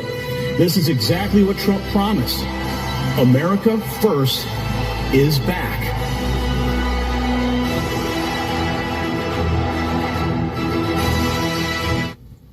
It's just winning, winning, winning. So much winning, I can't take the winning anymore. It's a good thing to be in President Trump's presence, his leadership for this nation. If there's anyone who knows the economy, it's President Donald Trump, and he continues to share that on X as well with all of his further accomplishments.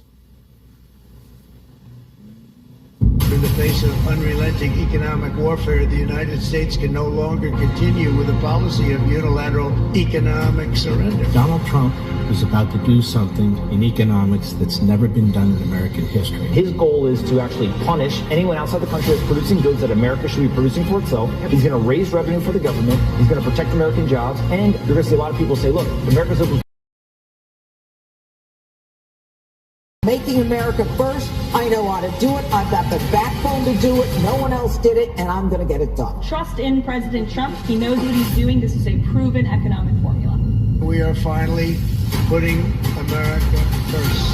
Mortgage rates come down, inflation has come down, egg prices have come down. These are things you cannot ignore. You've seen trillions of dollars in investment. You've seen companies saying that they can expand operations here and nearly 250,000 new jobs. Oil prices went down almost 15% in 2 days. Interest rates hit their low for the year. We're celebrating the White House. They're declining in the price level, a reduction in inflation. Some incredible new numbers. This month, consumer prices, they actually dropped. This never once happened under Joe Biden. Bringing inflation to 2.4% from the same time last year. The Dow right now shooting up over 2,000 points. Look at that. Energy costs now are down, groceries are down, gasoline is way under $3, and people are beginning to be able to buy things and live again. This is the most aggressive effort at pro-American growth in American history.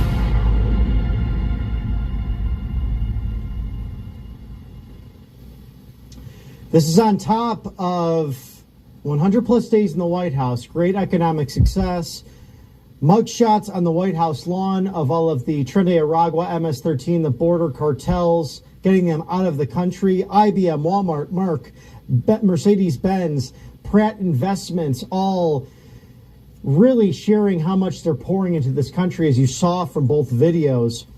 The executive order on roads and cars to build more infrastructure here in this country, ending sanctuary cities, NPR and PBS cuts because it works for you, the American people.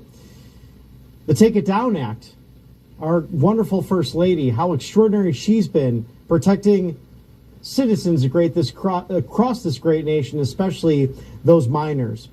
And the only way we get this information out there to you, the American people, to share with you what your government's doing, is by our great sponsors here at Right Side Broadcasting Network. So imagine having a medication, needing it, and then you can't get it because it's not out of stock, but because Big Pharma, those people don't want you to have it.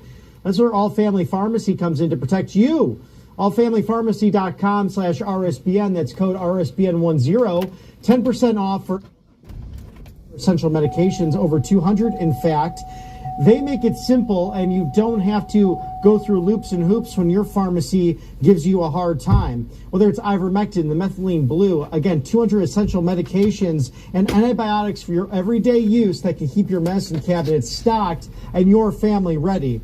Because being prepared is not optional anymore. It's about your health. It's about your family's health, even more than financial. Spouse running low on blood pressure medication, and your kid is sick with the flu, and it's the middle of Sunday night and nothing's open. That's where this great All Family Pharmacy takes care of it. You order online, their doctors are ready to handle your prescription and get your meds shipped out to you right away, even overnight, right to your doorstep. No insurance, no hassle, just peace of mind. So keep your medicine cabinet full and your mind empty of worry. allfamilypharmacy.com/RSBN. That is your go-to. 10% off today. RSBN10. Get everything essential to protect you and your family against all different kind of diseases out there. Thank you for sponsoring us here at Right Side Broadcasting Network Live, All Family Pharmacy. And as the winning continues at the noon o'clock hour, good afternoon on the East Coast. Still a good morning to our friends on the West Coast. President Trump to make a big sports announcement probably within the hour or the next hour. It's scheduled for 1 o'clock Eastern, so stay tuned for that as we go through the winning success of this great American presidency, his cabinet, hard at work every day, in fact, over 100 days now, and moving faster than any other in modern American history. And we have a Congress, ideally, who is with President Trump, but there's a hold of the House once again, which could happen in 2026 with how narrow the leadership is of the Republican conference. They will be after this president, and they've already pledged to put out articles of impeachment, whether it's that crazy guy from the Detroit area, I can't even remember his name, or Raisin Cane Al Green, who was just ridiculous when it came to that address, that joint session of Congress 2 months ago to the day, when he was screaming at President Trump and then had to be removed from the chamber and was ultimately censured by his colleagues for his conduct and his immature behavior on the House floor.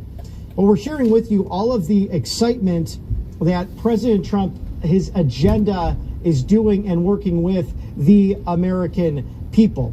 And as he's put it, the tide of change is sweeping the country, sunlight pouring out of the entire world, and America has the chance to seize this opportunity like never before. Because we know, as we saw on the proverbial campaign trail last week in Warren, Michigan, and Tuscaloosa, Alabama, President Trump is nonstop working to make America great again. And if we have that video ready, Mr. Director, the video that will give you chills, according to the White House, fun to play back all of the successes that have taken place over the course of 100 plus days.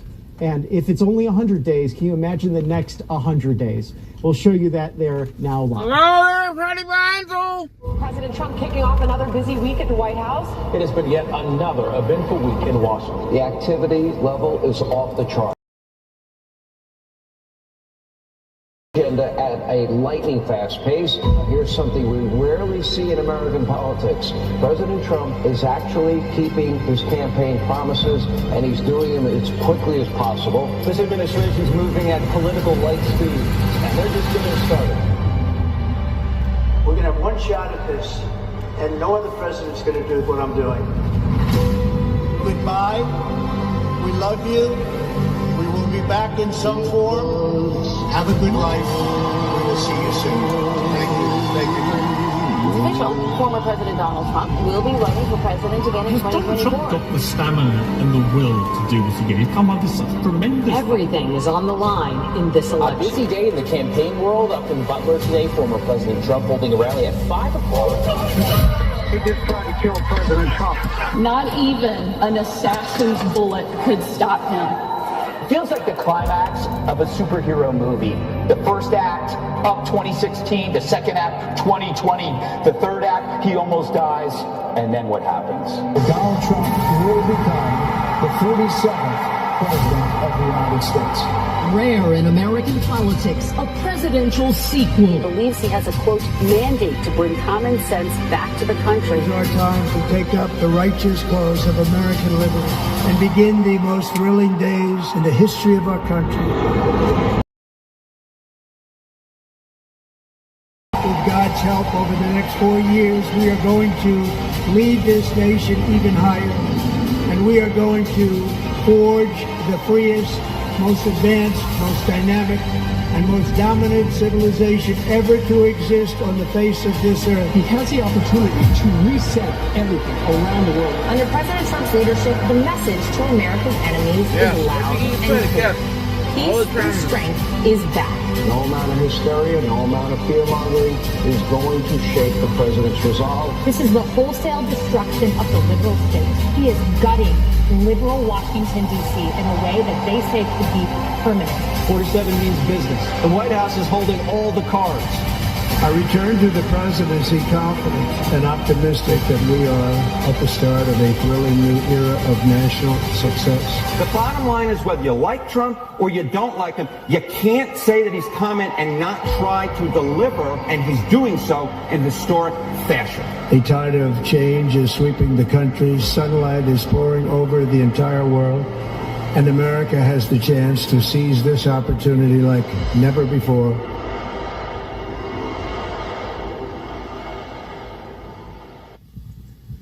It is a golden era for America as President Trump and sets the path for the next 100 days. President Donald Trump, in an exclusive interview on Meet the Press, outlined and charted the course for many more victories to come.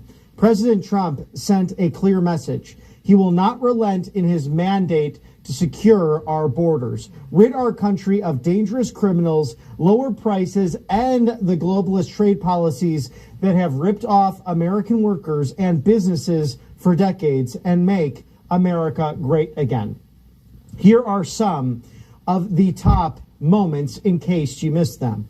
On prices, prices are down on groceries, they are down for oil, prices are down for all energy, and prices are down at tremendous numbers for gasoline. On the border specifically, it's really secure. When you say that, it doesn't just sound good after being abused for years by an incompetent president. Now, on protecting Medicaid and Medicare and Social Security, we're not cutting Medicaid, we're not cutting Medicare, and we're not cutting Social Security. That's just another fake news narrative that's out there. They are cutting those benefits that are yours that you paid into if they are going to illegal aliens. We know this. Certain leaders like Governor J.B. Pritzker of Illinois were actually funding criminals with your tax money. That won't be happening, though, at the federal level. On deporting violent criminal illegal immigrants, we have thousands of people, some of the worst, the most dangerous on the earth, and I was elected to get them the hell out of here. And the courts are holding me from doing that. You ended death.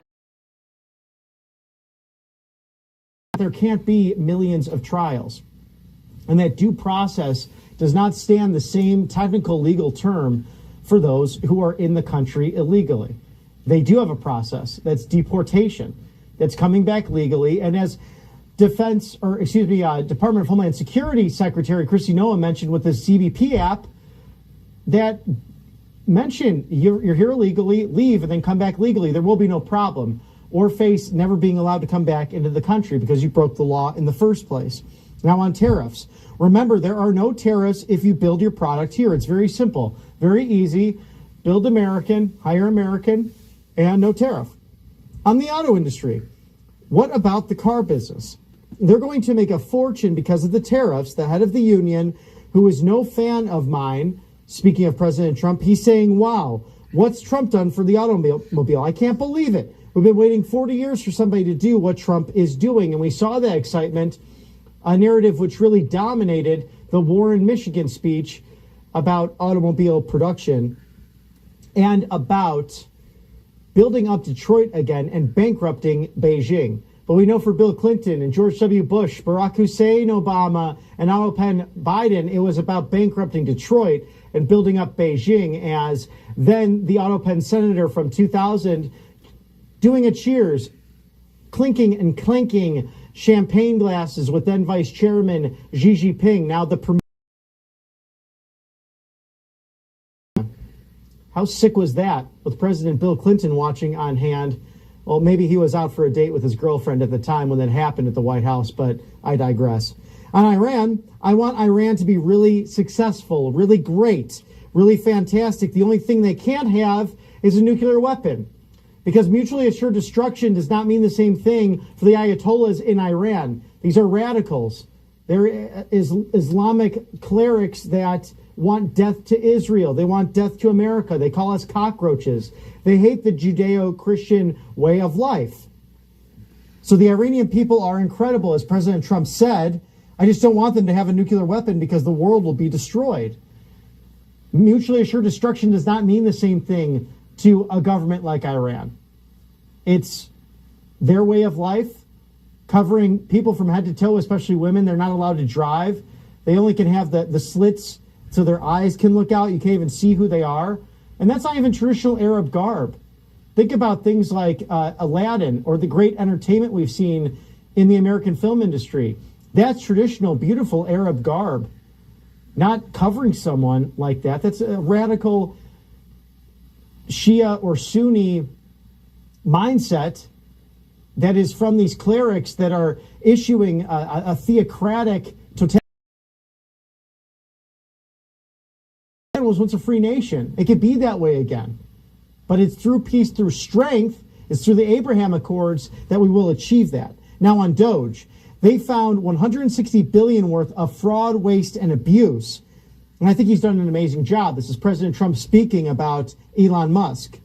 I think his people have done an incredible job. We're not finished yet. He's leaving behind some very brilliant people.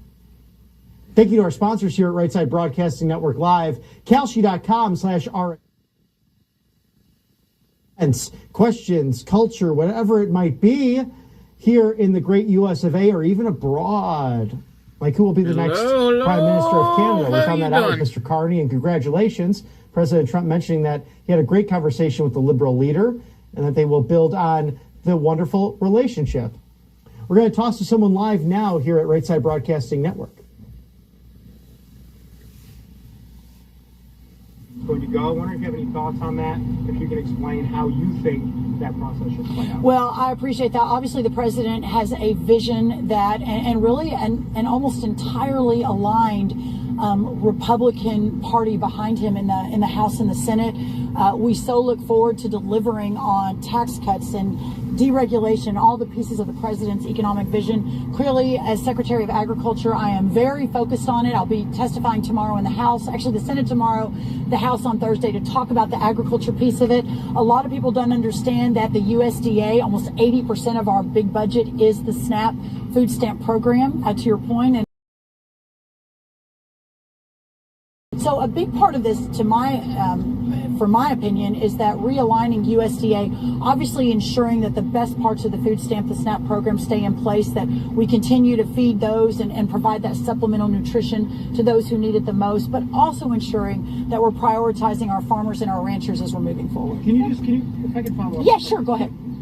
What would you tell Americans who rely on SNAP? Should they be expecting potential cuts to those services? So I think it's really important also to understand that on SNAP and on food stamps, in the last administration, we had a massive influx of dollars, almost a 35 to 40% increase of the SNAP program under the Biden administration. That didn't necessarily mean more money to families. It just meant a massive new layer of bureaucracy, of NGOs, et cetera. So as we are realigning and reforming the SNAP program in partnership with our great friends, G.T. Thompson, John Bozeman, others on the Hill, that ensuring that as we are looking at that, the money goes to what it was intended, and that is a supplemental nutrition program for American families that need it the most. And that's what we're really focused on. Secretary, on tariffs, to farmers who say they are feeling the impacts right now, yes, wondering how long is this going to go on, when trade deals will be announced, what can you tell them about the timeline? Well, what I have been saying to our great farmers and ranchers, but especially our row croppers who are very much affected by insight, that deals are being negotiated right now, that when the president says he's got 100 countries who are coming to the table, he is absolutely right. Next week I'll be in England discussing these things. A few weeks after I'll be in Italy, then soon after that Vietnam and Japan and India. So, and I'm reflective of a larger cabinet effort on behalf of this president to get out into the world, to expand the markets. And from, with a few exceptions, for the most part, our agriculture community, our farmers and our ranchers have been extremely gracious, supportive, excited, and encouraged, even in this time of uncertainty. And I know we've seen the market fluctuate, our soy and corn farmers especially, some of our hog farmers especially. But at the end of the day, what we're doing is we're realigning an entire world economy around American products. And that will affect our farmers and our ranchers more than any other, I believe, more than any other American producer and whatever they're producing. And so I'm actually so excited and I'm so encouraged. And the conversations that I have had, which I obviously can't talk about here, have been incredibly encouraging with our partners around the world. And so I'm just so grateful to President Trump. I'm so grateful to Secretary Bessent, Secretary Lutnick, to Jamison Greer, who've been leading these efforts. I think that there are major breakthroughs that will be announced very, very soon. Thank y'all so much. Great to see everybody.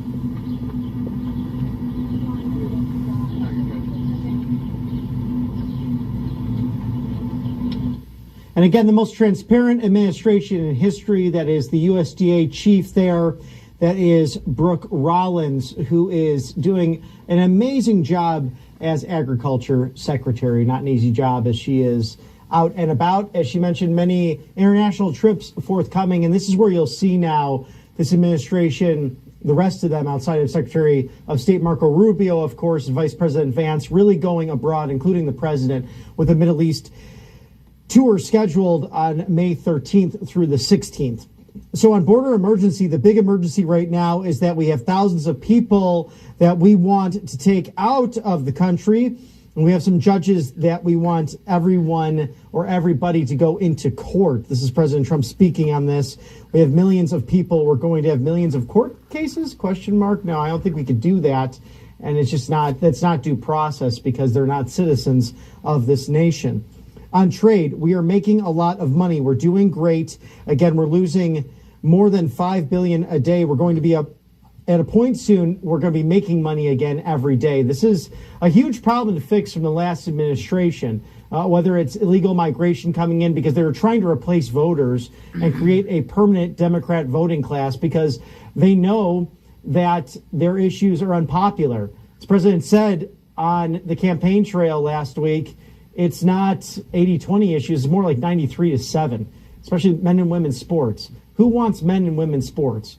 Who wants transgender athletes who have the strength of biological men to hammer volleyballs into people's heads and then cause severe brain damage, something that did happen?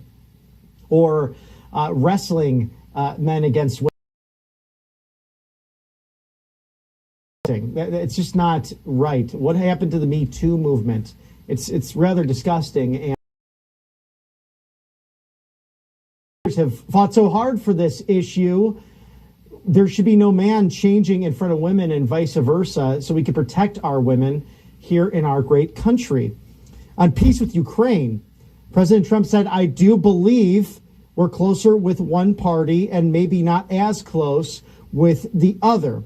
We're talking tremendous hatred between these two men, and it's sad what Zelensky and Putin have said in the war of words and the actual war, killing over 1.5 million people. And Putin should have never invaded. And he would not have invaded had President Trump been in office because he respected and feared him. Putin is a complicated figure, but in no way is President Trump a pawn of his or the Russia hoax, as we're seeing with the declassified information from Crossfire Hurricane. We know that crooked Hillary Clinton and her campaign spied on President Trump when he was a private citizen during his first presidential campaign. Where are the charges? Where are the further investigations? We hope that House Speaker Mike Johnson and James Comer and the other patriots, including Jim Jordan, continue to stay on top of this in the House and stop these communists from trying to usurp President Trump's executive authority. On top of it, they broke the law. So it's pretty clear cut there. On China tariffs, at some point, I'm going to lower them because otherwise you could never do business with them. And they want to do business very much. Their economy is really doing badly. Their economy is collapsing. We have China where we want them. This was not the case just a few short years ago. And Mr. Director, that sponsorship one more time. Thank you to Tax Network USA, tnusa.com/RSBN. Settle your back taxes today. Protect yourself from the IRS. 800-357-1415. Visit tnusa.com/RSBN or give a call today. Do not delay. 800-357-1415. Whether it's few years, take care of that today to protect your assets and protect yourself from the IRS, which could be a real pain in the neck sometimes. tnusa.com/RSBN. Tax Network, the professional patriots at Tax Network USA Incorporated. Thank you for sponsoring us here on the right side of history at RSBN Live. And we'll see if there's any more press gaggles outside of the West Wing with respective secretaries from the cabinet. Again, great to see this unbridled transparency, something that did not happen under the Autopen administration of Joe Biden. I mean, we couldn't even find Pete Buttigieg when the train derailment happened in East Palestine, Ohio, if you remember that, all the chemicals and the poisons. And then Senator J.D. Vance at the time would take his stick and put it across the riverway, and all those different colors that came about and the poisons and the cancers that came across because of that. But he was allegedly Secretary Buttigieg on paternity leave and just not doing his job. and this guy wants to be president of the United States. Oh my goodness gracious, I think we could do much better with the MAGA movement, not a Manchurian candidate, a test tube individual such as the former Secretary of Transportation and failed mayor of South Bend, Indiana. He had to run so far away from South Bend because the way he insulted the African-American community there. They were not fans of his. The AME Church did not care for what Pete Buttigieg did or the lack thereof. Got him to Washington because, again, he was a DEI hire because of his sexual orientation and not because of his ability to actually lead the transportation department. But thankfully, Sean Duffy fixing all of that.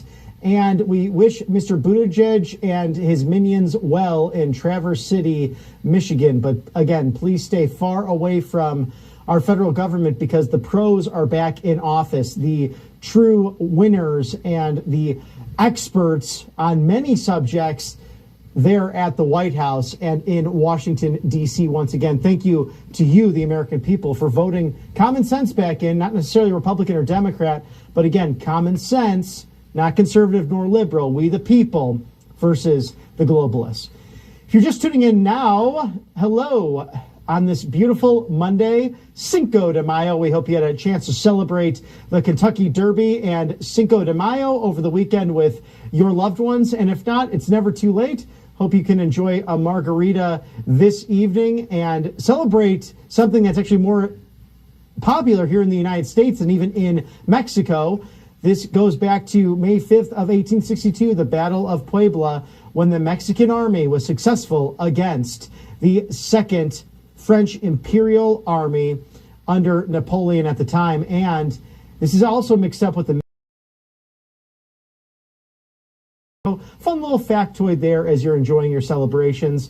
What has made this great Western civilization stand so proudly, it's knowing where we come from and where we're going. So history important in all of this, as President Trump is someone who is quite a student of not only finances, but history and also geography. If you remember back from the campaign trail, Secretary Bobby Kennedy mentioning that President Trump, drew a full-scale map on a napkin of the Middle East and knew all of the key players and all of the extremist factions that had to be dealt with, and especially the good that came from the Abraham Accords. And we hope that continues in the next 100 days of this illustrious administration. Well, I'm Robert McNeely. It's always a pleasure to be with you here to see the White House, and I'm excited to see where these flagpoles will end up. President Trump recently going around the grounds and the in-town press pool asking, "Sir, what are you doing? Why are you going around the grounds?" And he said, "I'm going to look for a great place to put two big, beautiful poles, and they're going to have big American flags on them." So again, the entertainment, the love, the patriotism, the nationalism, all good things for revitalizing this nation. And it's fun to watch the soy boys and the crybaby far left globalists complain, because the dirty secret is they're actually doing better in this economy. They're happy about President Trump being back in office. Access to not only his cabinet, but to the president each and every day. He turns simple ceremonies that might last 15 and 20 gaggle and questions so that you're hearing directly from your commander-in-chief. And we here at Right Side Broadcasting Network bring you the entire thing, all of the questions, all of the answers, so you can make up your own mind about the situation and maybe have a chuckle or two, because President Trump has uncanny timing. He is perhaps one of the best comedians out there, and it is about truth and comedy because he can back it up with his great policies. And it's good to be smiling in America once again, not as fearful, optimistic about the future, because this is why he did this in the first place. And he broke some news over the weekend that he once again will not be accepting a salary. He takes $1 per quarter, and the rest of that gets donated to a charity of his choice, or he's asked staff in the past before, just like he did in the first term, who needs my help, who needs money, and he famously saved a large section of the hallowed grounds at Gettysburg that were in disarray. They had no funding at the time, and he said, let's put that towards something good, remembering those fallen soldiers on both the American and Confederate sides, both Americans, but one North, one South, who sacrificed so much for liberty. And may we never get to that point again, willing to draw arms on one another, brothers and cousins and family members. And you made sure about it, the viewer of this network and the great residents, the citizens of this nation, on November 5th, peacefully and patriotically making your voices heard to bring back common sense to this country, to bring back someone who knows how to do the job rather than someone who does not have an aorta of humility in her body, but rather someone who is just trying to advance her own name and her own riches for self-serving globalist governance. We don't need communism. We need capitalism. We need freedom of speech, of thought, of religion. And President Trump bringing all of that back to 1600 Pennsylvania Avenue. And day in and day out, it's exciting to see how relaxed he seems to be doing this, because this is the most stressful job that is out there. But he uses his economic prowess to get the job done. And we really highlighted this last week in Warren, Michigan and Tuscaloosa, Alabama, with both speeches. Trump's tariffs are lifting some U.S. manufacturers. According to the White House, President Donald Trump's relentless pursuit of an American manufacturing renaissance is boosting demand for U.S.-made goods, boosting everything, with smaller players reaping the early benefits. And this is according to the Wall Street Journal, of all places, as companies onshore production and buy their products in America. A few examples from that story. We are swamped. We are both Chicago and Cleveland, said Jack Schroen. He's the president of Juergens Incorporated, president of this great institution, which makes manufacturing tools and industrial screwdrivers, clamps, and hoists. Schroen said his factories in Ohio and Illinois are going like gangbusters, partly owing to new orders to customers looking to avoid paying import tariffs. Donnie Chaplin, the president of Grand River Rubber and Plastics in Ashtabula, Ohio, said he has a rush of new inquiries and orders. Two previous customers had switched Chinese suppliers a few years ago, came back in recent days wanting to buy rubber gaskets from Grand River once again for the plastic pails they manufacture. 3 manufacturers of oil filters also got in touch wanting to shift business from China to placing orders here in the United States. So altogether, the new business will be worth about $5 million a year if it is completed, or roughly 10% of Grand River's revenue. That might require the company to hire new employees and expand production lines. So a very good problem to have for employment in the Buckeye state of Ohio. The tariffs are a lifeline for the U.S. companies that sprang up during the COVID-19 pandemic to produce face masks, rubber gloves, and other personal protective equipment, those PPEs that were used in the hospitals, especially after shipments from Asia declined. If you can remember that was scary in the early days of COVID-19 when these things weren't rapidly and readily available. So the companies who struggled after this were, in the aftermath of that, the hospitals and clinics, abandoned U.S. manufacturers and returned to low-cost suppliers out of a need, going to China. The U.S. executives had mentioned about that situation, but the new U.S. tariffs on rubber gloves from China have doubled the price from a few months ago, and the folks that are relying on China are scrambling for other resources, according to Alan Rust. He's the chief growth officer for Safe Force Direct. We were getting stifled for a very long time, but recently we've been getting a lot more inquiries. And that's why this is very timely for our next sponsor, Colonial Metals Group. Thank you to Paul Stone, the CEO. Scan that QR code now, shield your savings, because as this tariff battle is ongoing and prices go up in certain arenas but get cheaper here in America, which is a good thing for American companies and American workers, regardless of all of that, China is playing war games. They're slapping tariffs on the United States, going after Taiwan. They're buying up. Is anybody here still? Sending those crazy weather balloons that were really spy balloons in the past administration. So protect yourself against inflation and against the storms that are out there in the world. Scan that QR code now. Shield your savings. freegoldguy.com/RSBN. freegoldguy.com/RSBN for everything you need to know to protect yourself against the hedge of inflation. Colonial Metals Group, the best in the business. They are sponsored.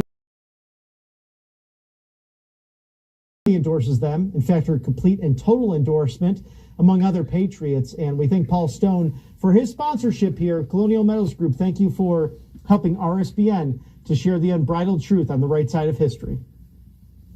Michigan-based Whirlpool, which assembles 80% of its U.S. appliance at domestic factories, says its Asian competitors have always had an unfair advantage over this American institution as they manufacture their appliances overseas, but haven't been paying import tariffs on them since the year 2023, when one imposed during Trump's first term expired. So these rivals' access to cheaper components and steel in Asia help provide and give them a $150 retail price advantage on washers, according to Whirlpool.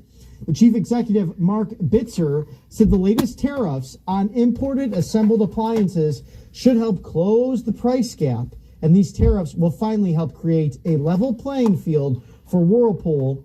And he said that just last month, with all of the analytics coming in through April.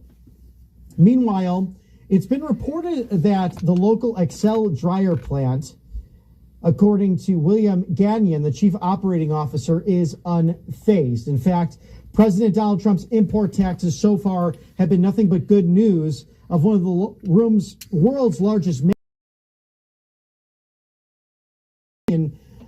credits President Trump's first-term tariffs with changing the math on production quality and location decisions. The president's second-term reciprocal tariffs might result in the elimination of trade barriers that present Excel's high-velocity hand dryers from dominating markets in countless countries such as Brazil and Argentina and Australia by making foreign goods more expensive. The import taxes make domestic suppliers more competitive while also discouraging Americans from purchasing cheaper Chinese copies of Excel's hand dryers. So the tariffs also offer hope of the prying open foreign markets and those who choose to cheat on the global scale. This is good news for the Commonwealth of Massachusetts that produces these great hand dryers, and probably for those in your neck of the woods as well. Definitely promises made, promises kept by this administration as we go into what is a golden era for President Trump. And in case you missed it, and in case you missed all of the winning and the media blitz from just last week, Caroline Leavitt highlights her MAGA minute, and that is get highlights in case you miss her press conferences or what's been going on a daily basis. All of us are busy, but that's why here at Right Side Broadcasting Network, so you don't miss a minute of the action, whether it's inside the White House or in Warren, Michigan, or at the commencement ceremony at Tuscaloosa, Alabama, celebrating the great graduates of a fine institution. We want you to see everything and have this unbridled access to the government you put into place at 1600 Pennsylvania Avenue or on Capitol Hill and just about everywhere in between, or even in your neck of the woods. And that's why it's incredible that this administration has the media prowess that it does to get out that information, whether it be on X or True Social or through Facebook, Instagram, all of their different accounts. This is a war room that is unlike any other, that was very successful on the campaign, but now is getting that message out to the American people on a daily basis. And in case you did not catch that MAGA minute and Caroline Leavitt's recent comments, we can play that back for you right now. One of the main reasons President Trump won nearly 80 million votes swept all 7 battleground states, and received a resounding mandate from the American public is because of the contrast he presented during the campaign and continues to this day. Everything President Trump's agenda is grounded in one thing: common sense.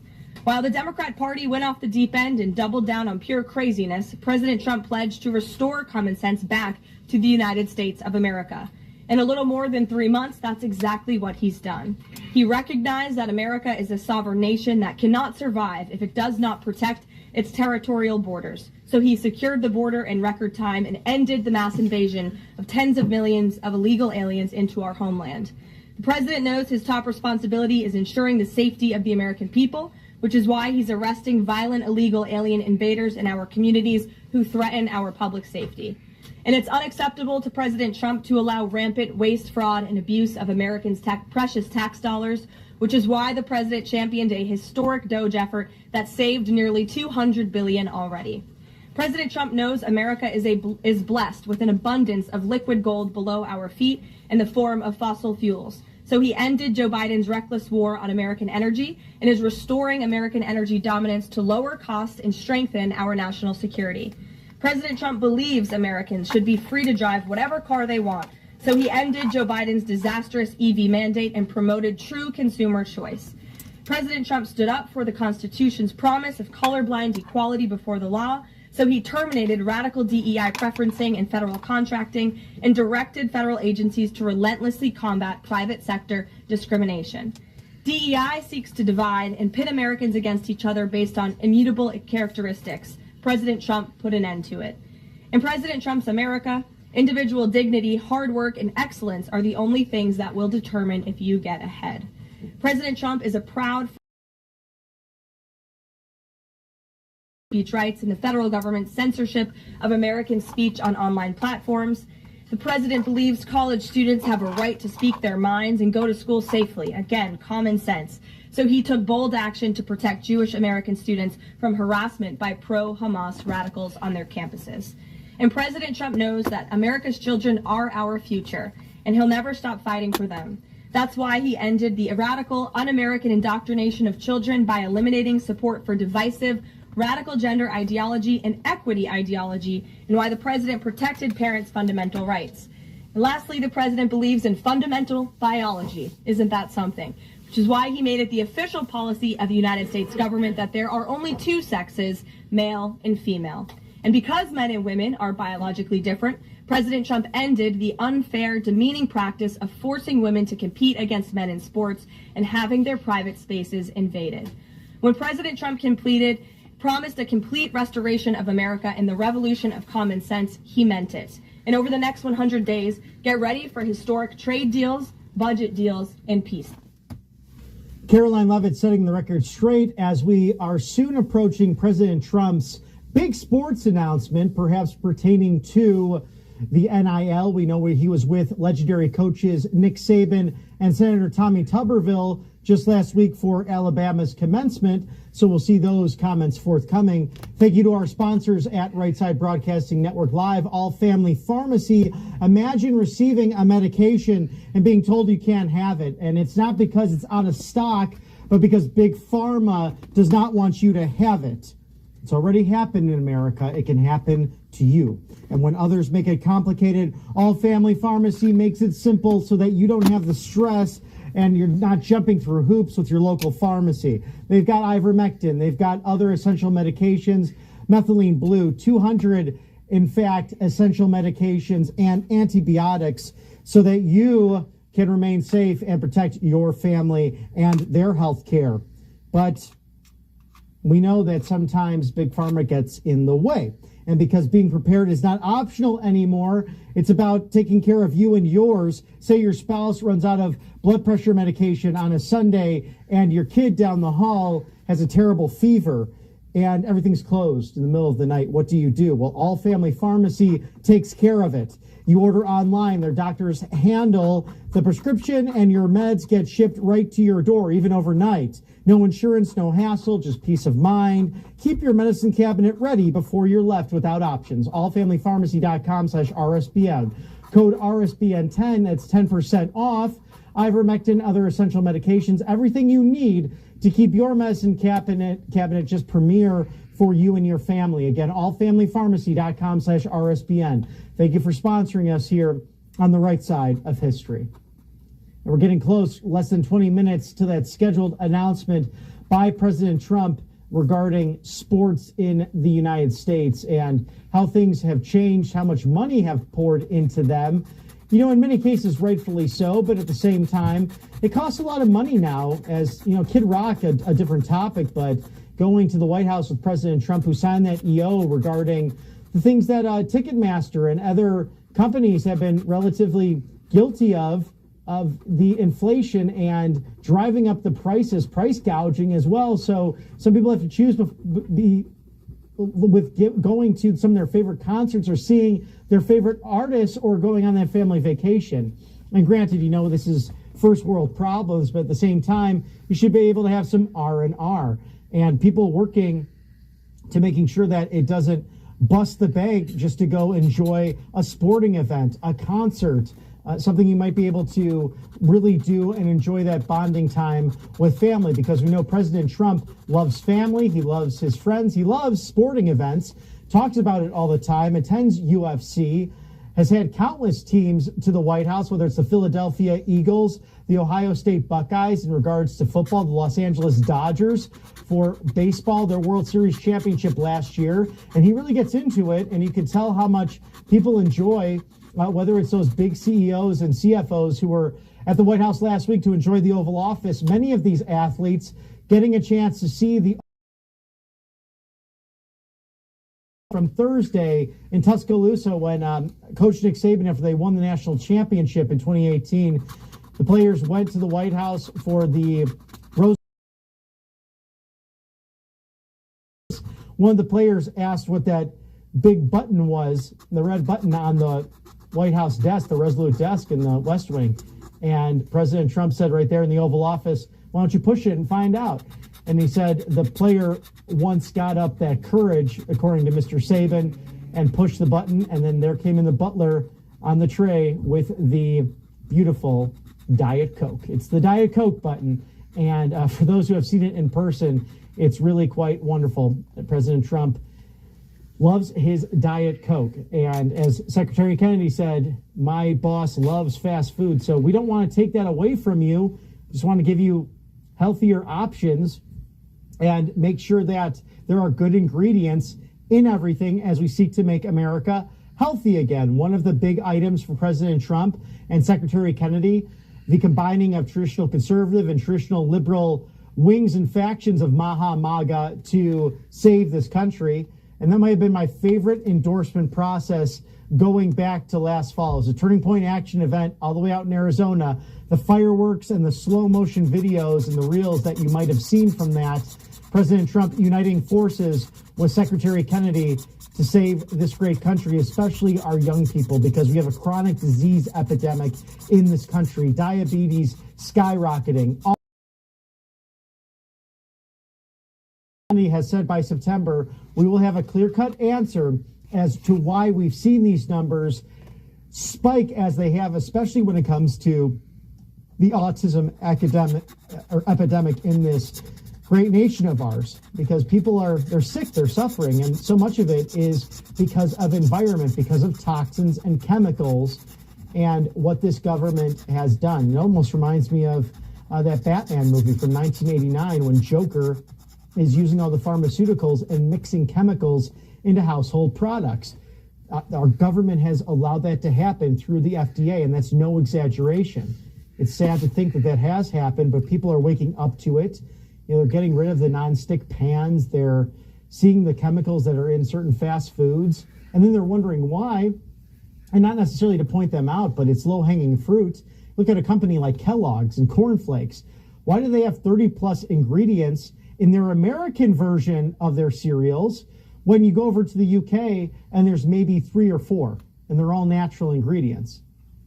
Why is that happening? Why has our government allowed for the regulations to put poison and chemicals into everyday consumption of food, things our brains can't recognize, like high fructose corn syrup or different dyes. And sometimes you look at the label and you're like, what the hell am I putting in my body? And thankfully, some of these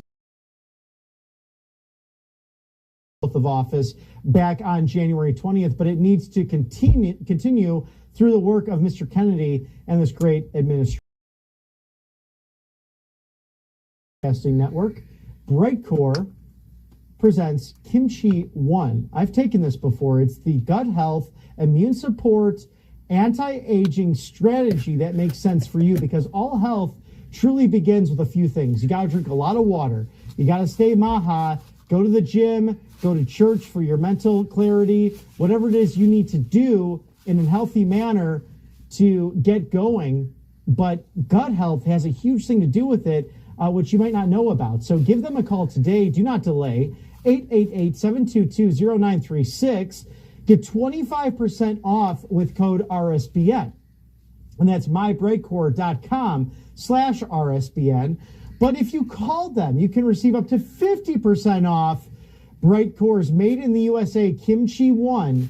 888-722-0936. A great go-to for gut health, in addition to all of the wonderful things you do to stay healthy in this day and age. But that gut health, number one on the list. So thank you to Brightcore, proudly made non-GMO right here in the good old U.S.A.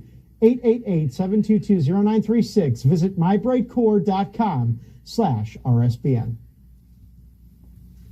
And we are moments away, roughly 13 minutes on the schedule, to President Trump making a big sports announcement. And we do not have any prior update as to what that is specifically across the channels, but we will bring it to you live for your viewing pleasure. I'm always excited to see when President Trump is surrounded by the topic of sports, whether it's celebrating great teams or something he wants to implement because he knows that the downstream of culture is politics, it's sports, it's what's happening within a country, within the federal city of Washington, or out in places like Denver, Colorado, up to Seattle, Washington, all the way down to Tampa, Florida, and everywhere in between in this great country of ours, because we know the woke mind virus, sadly, has swept across the land. But common sense coming back. I can't tell you the countless conversations I've had with people.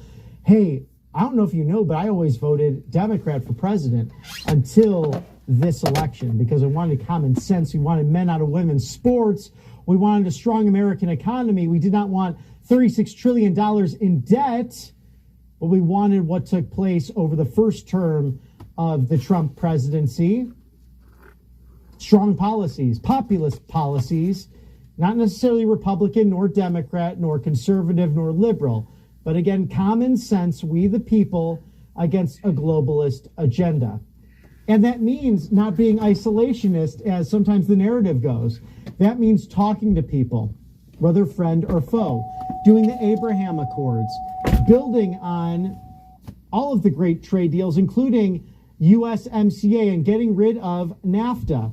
And 1,000 points of light. What the hell was that? As President Trump said when Bush 41 was leaving office, when Slick Willie Bill Clinton was entering, just told him to keep 1,000 points of light. And he's like, what is that? Is that a mandated government volunteer program?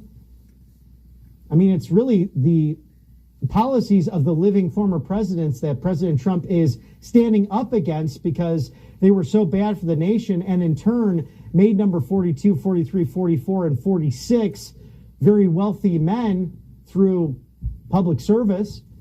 I mean, at least Jimmy Carter went back to Plains, Georgia. Even Ronald Reagan went back to his ranch. They didn't become egregiously wealthy or erroneously wealthy from serving as president of the United States, but somehow Bill Clinton did, and George W. Bush and Barack Hussein Obama, and then the auto pen, somehow becoming very, very, very wealthy. And then auto pen, let's not forget the pardons when there was no charging of a crime. Preemptive for people like Dr. Fear it's Anthony Fauci, or the laptop son, Hunter Biden. I wonder why. Or James Biden. Why did he receive a pardon? I wonder if we're going to have some investigations, Republican Congress. Let's get to it, my friends, because as President Trump said last week, if you are in the way, if you are an obstructionist, if you're a showboater, like people like Thomas Massey, we'll call him out here on the network, you will have a primary. People will run against you. Again, it's not Republican versus Democrat. It's common sense. That's why Gretchen Whitmer, of all people, the governor of Michigan, she's the biggest Trump fan there is. You saw her on the tarmac. She graciously accepted the hug from President Trump, went up to speak in front of the Michigan National Guard because she wants steel production in her state. She's found common ground with President Trump visiting the Oval Office. He's praised her as well. So it's good to see that bipartisan action from this administration, something we have not seen for a long time, nor was it even in the cognitive purview of Mr. Ice Cream Cone himself, the Autopen, because he said that with Mike Johnson in the Oval Office. Hey, Mike, I did not do what you're saying I did on a number of different issues. And Mr. Speaker saying to the president at the time, yes, you did, Mr. President Autopen. You did sign that into law. You did sign that EO. You can go check with your secretary right now. What's happening to you, sir? And that was the great narrative from people like Adam Kinzinger or Elizabeth Cheney or all of those other, Benny Thompson, who wanted to remove Secret Service detail from President Trump. Talk about collusion. The reason they were doing that is because they had an agenda to stop this citizen president from returning to the White House. But this media clearly, and it was said at the White House Correspondents' Dinner, decided to not look into the cognitive decline of the former president, and therefore lied to you, the American people, and simply turned the other cheek in a way that harmed your ability to make a clear decision. But you saw through that. And because of outlets like Right Side Broadcasting Network, we were able to make America great again and return this president to the White House, and to get people in the media and as special assistants to the president and perhaps the future national security advisor to shoot it straight with the American media. We have that playback from Stephen Miller just last week at the White House press briefing. It is a sad reflection on the state of our media and many of the outlets represented in this room that you obsessively try to no coverage occurred in your papers about any of the Americans that were raped and tortured and murdered by the about due process. The Biden administration made the decision to give extensive due process to two trained Nicaragua terrorists that were apprehended at the border just a couple years ago. They were two gentlemen. They were from Venezuela. They were members of trained Nicaragua. The Biden administration and Border Patrol apprehended them and made the decision to provide them with extensive due process, put them onto a program known as supervised release, and put them on ankle monitors so that they could go through a lengthy legal judicial determination as to whether these legal aliens who had just set foot on U.S. soil might want to live in the United States for the rest of their lives. What was the result of that decision? What was the result of that choice that was made? Those two men kidnapped a young girl named Jocelyn Ungary from her family. They beat her. They sexually assaulted her. They tortured her. They stripped her. They murdered her, and they dumped her body. That is what the Biden administration's policy was. Most of your papers never covered her story when it happened. To the extent that you covered it at all, it was because President Trump forced you to cover it by highlighting it repeatedly over and over again. He had to shame you into covering it. Over and over again with these MS-13 terrorists, to the extent that you had the financial means to do so, you all choose to live in condos or homes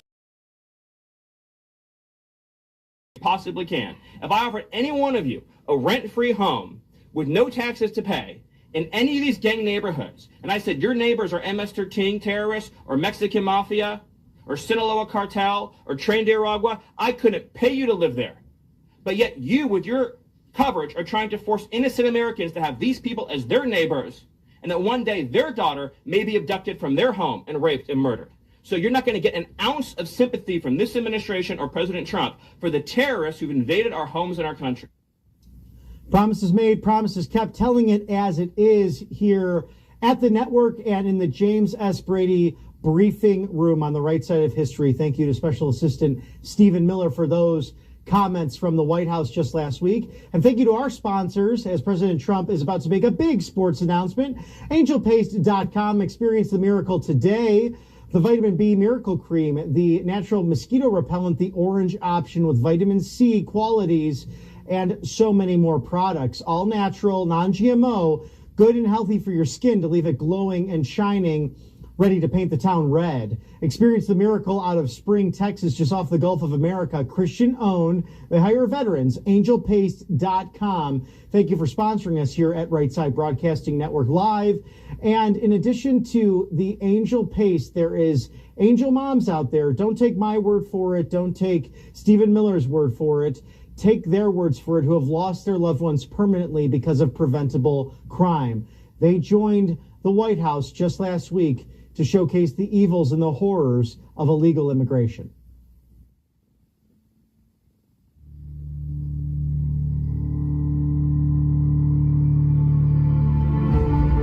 My name's Angie Morphine Vargas, and I'm mother to Ruben Morphine.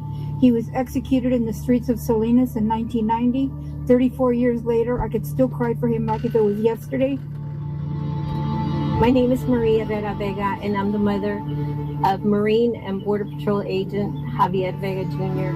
Our son, who went by Harvey, was murdered August the 3rd, 2014. My name is Chris Odette. I'm an angel father. My daughter, Krisha, was killed September 12th, 2014 by an illegal alien in Rockwall, Texas. This is my son Ryan and his girlfriend, both poisoned to death by illicit fentanyl. I can't bring my son back, but we are doing all of this to save the future Americans from being poisoned to death by fentanyl. My name is Agnes Gibney. This is my son Ronald Da Silva, who was murdered by a previously deported criminal illegal alien gang member. My name is Angel Mom Marianne Mendoza. This is my son, Sergeant Brandon Mendoza of the Mesa, Arizona Police Department, who was killed on May 12, 2014 by a repeat illegal criminal. Thank everybody in this administration for finally paying attention to criminals who harm Americans. We thank the Trump administration from the bottom of our hearts. Without them, there would be no justice for my daughter. We're finally getting some justice in this country for our children. Here in America, not criminals that are coming in right now.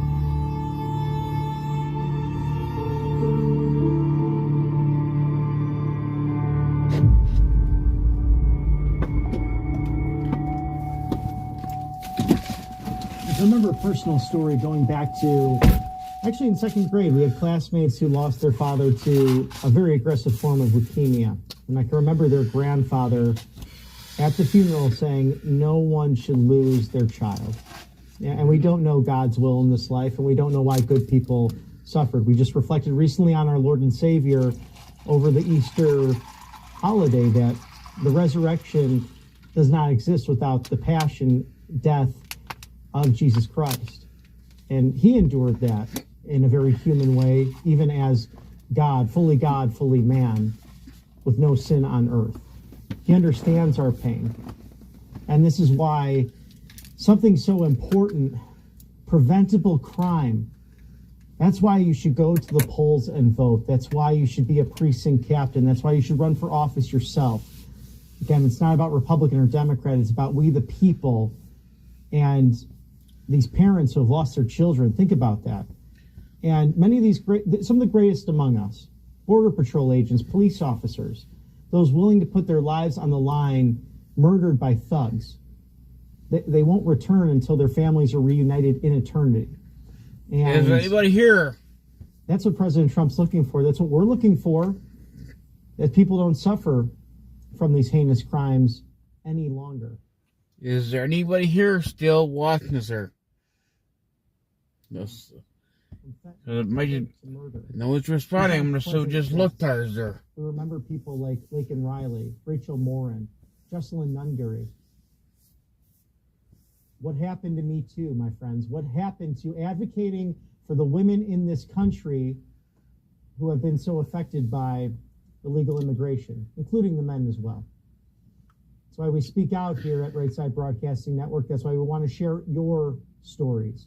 And if you have any for us, feedback at rsbn.tv. It's feedback at rsbn.tv. Share with us America First stories so that we can be a voice for you and a voice for the voiceless out there to convert minds, hearts, and souls to what's actually happening, because you have a strong media narrative that somehow this doesn't matter, that the lives of Main Street could rather be just passed to the side.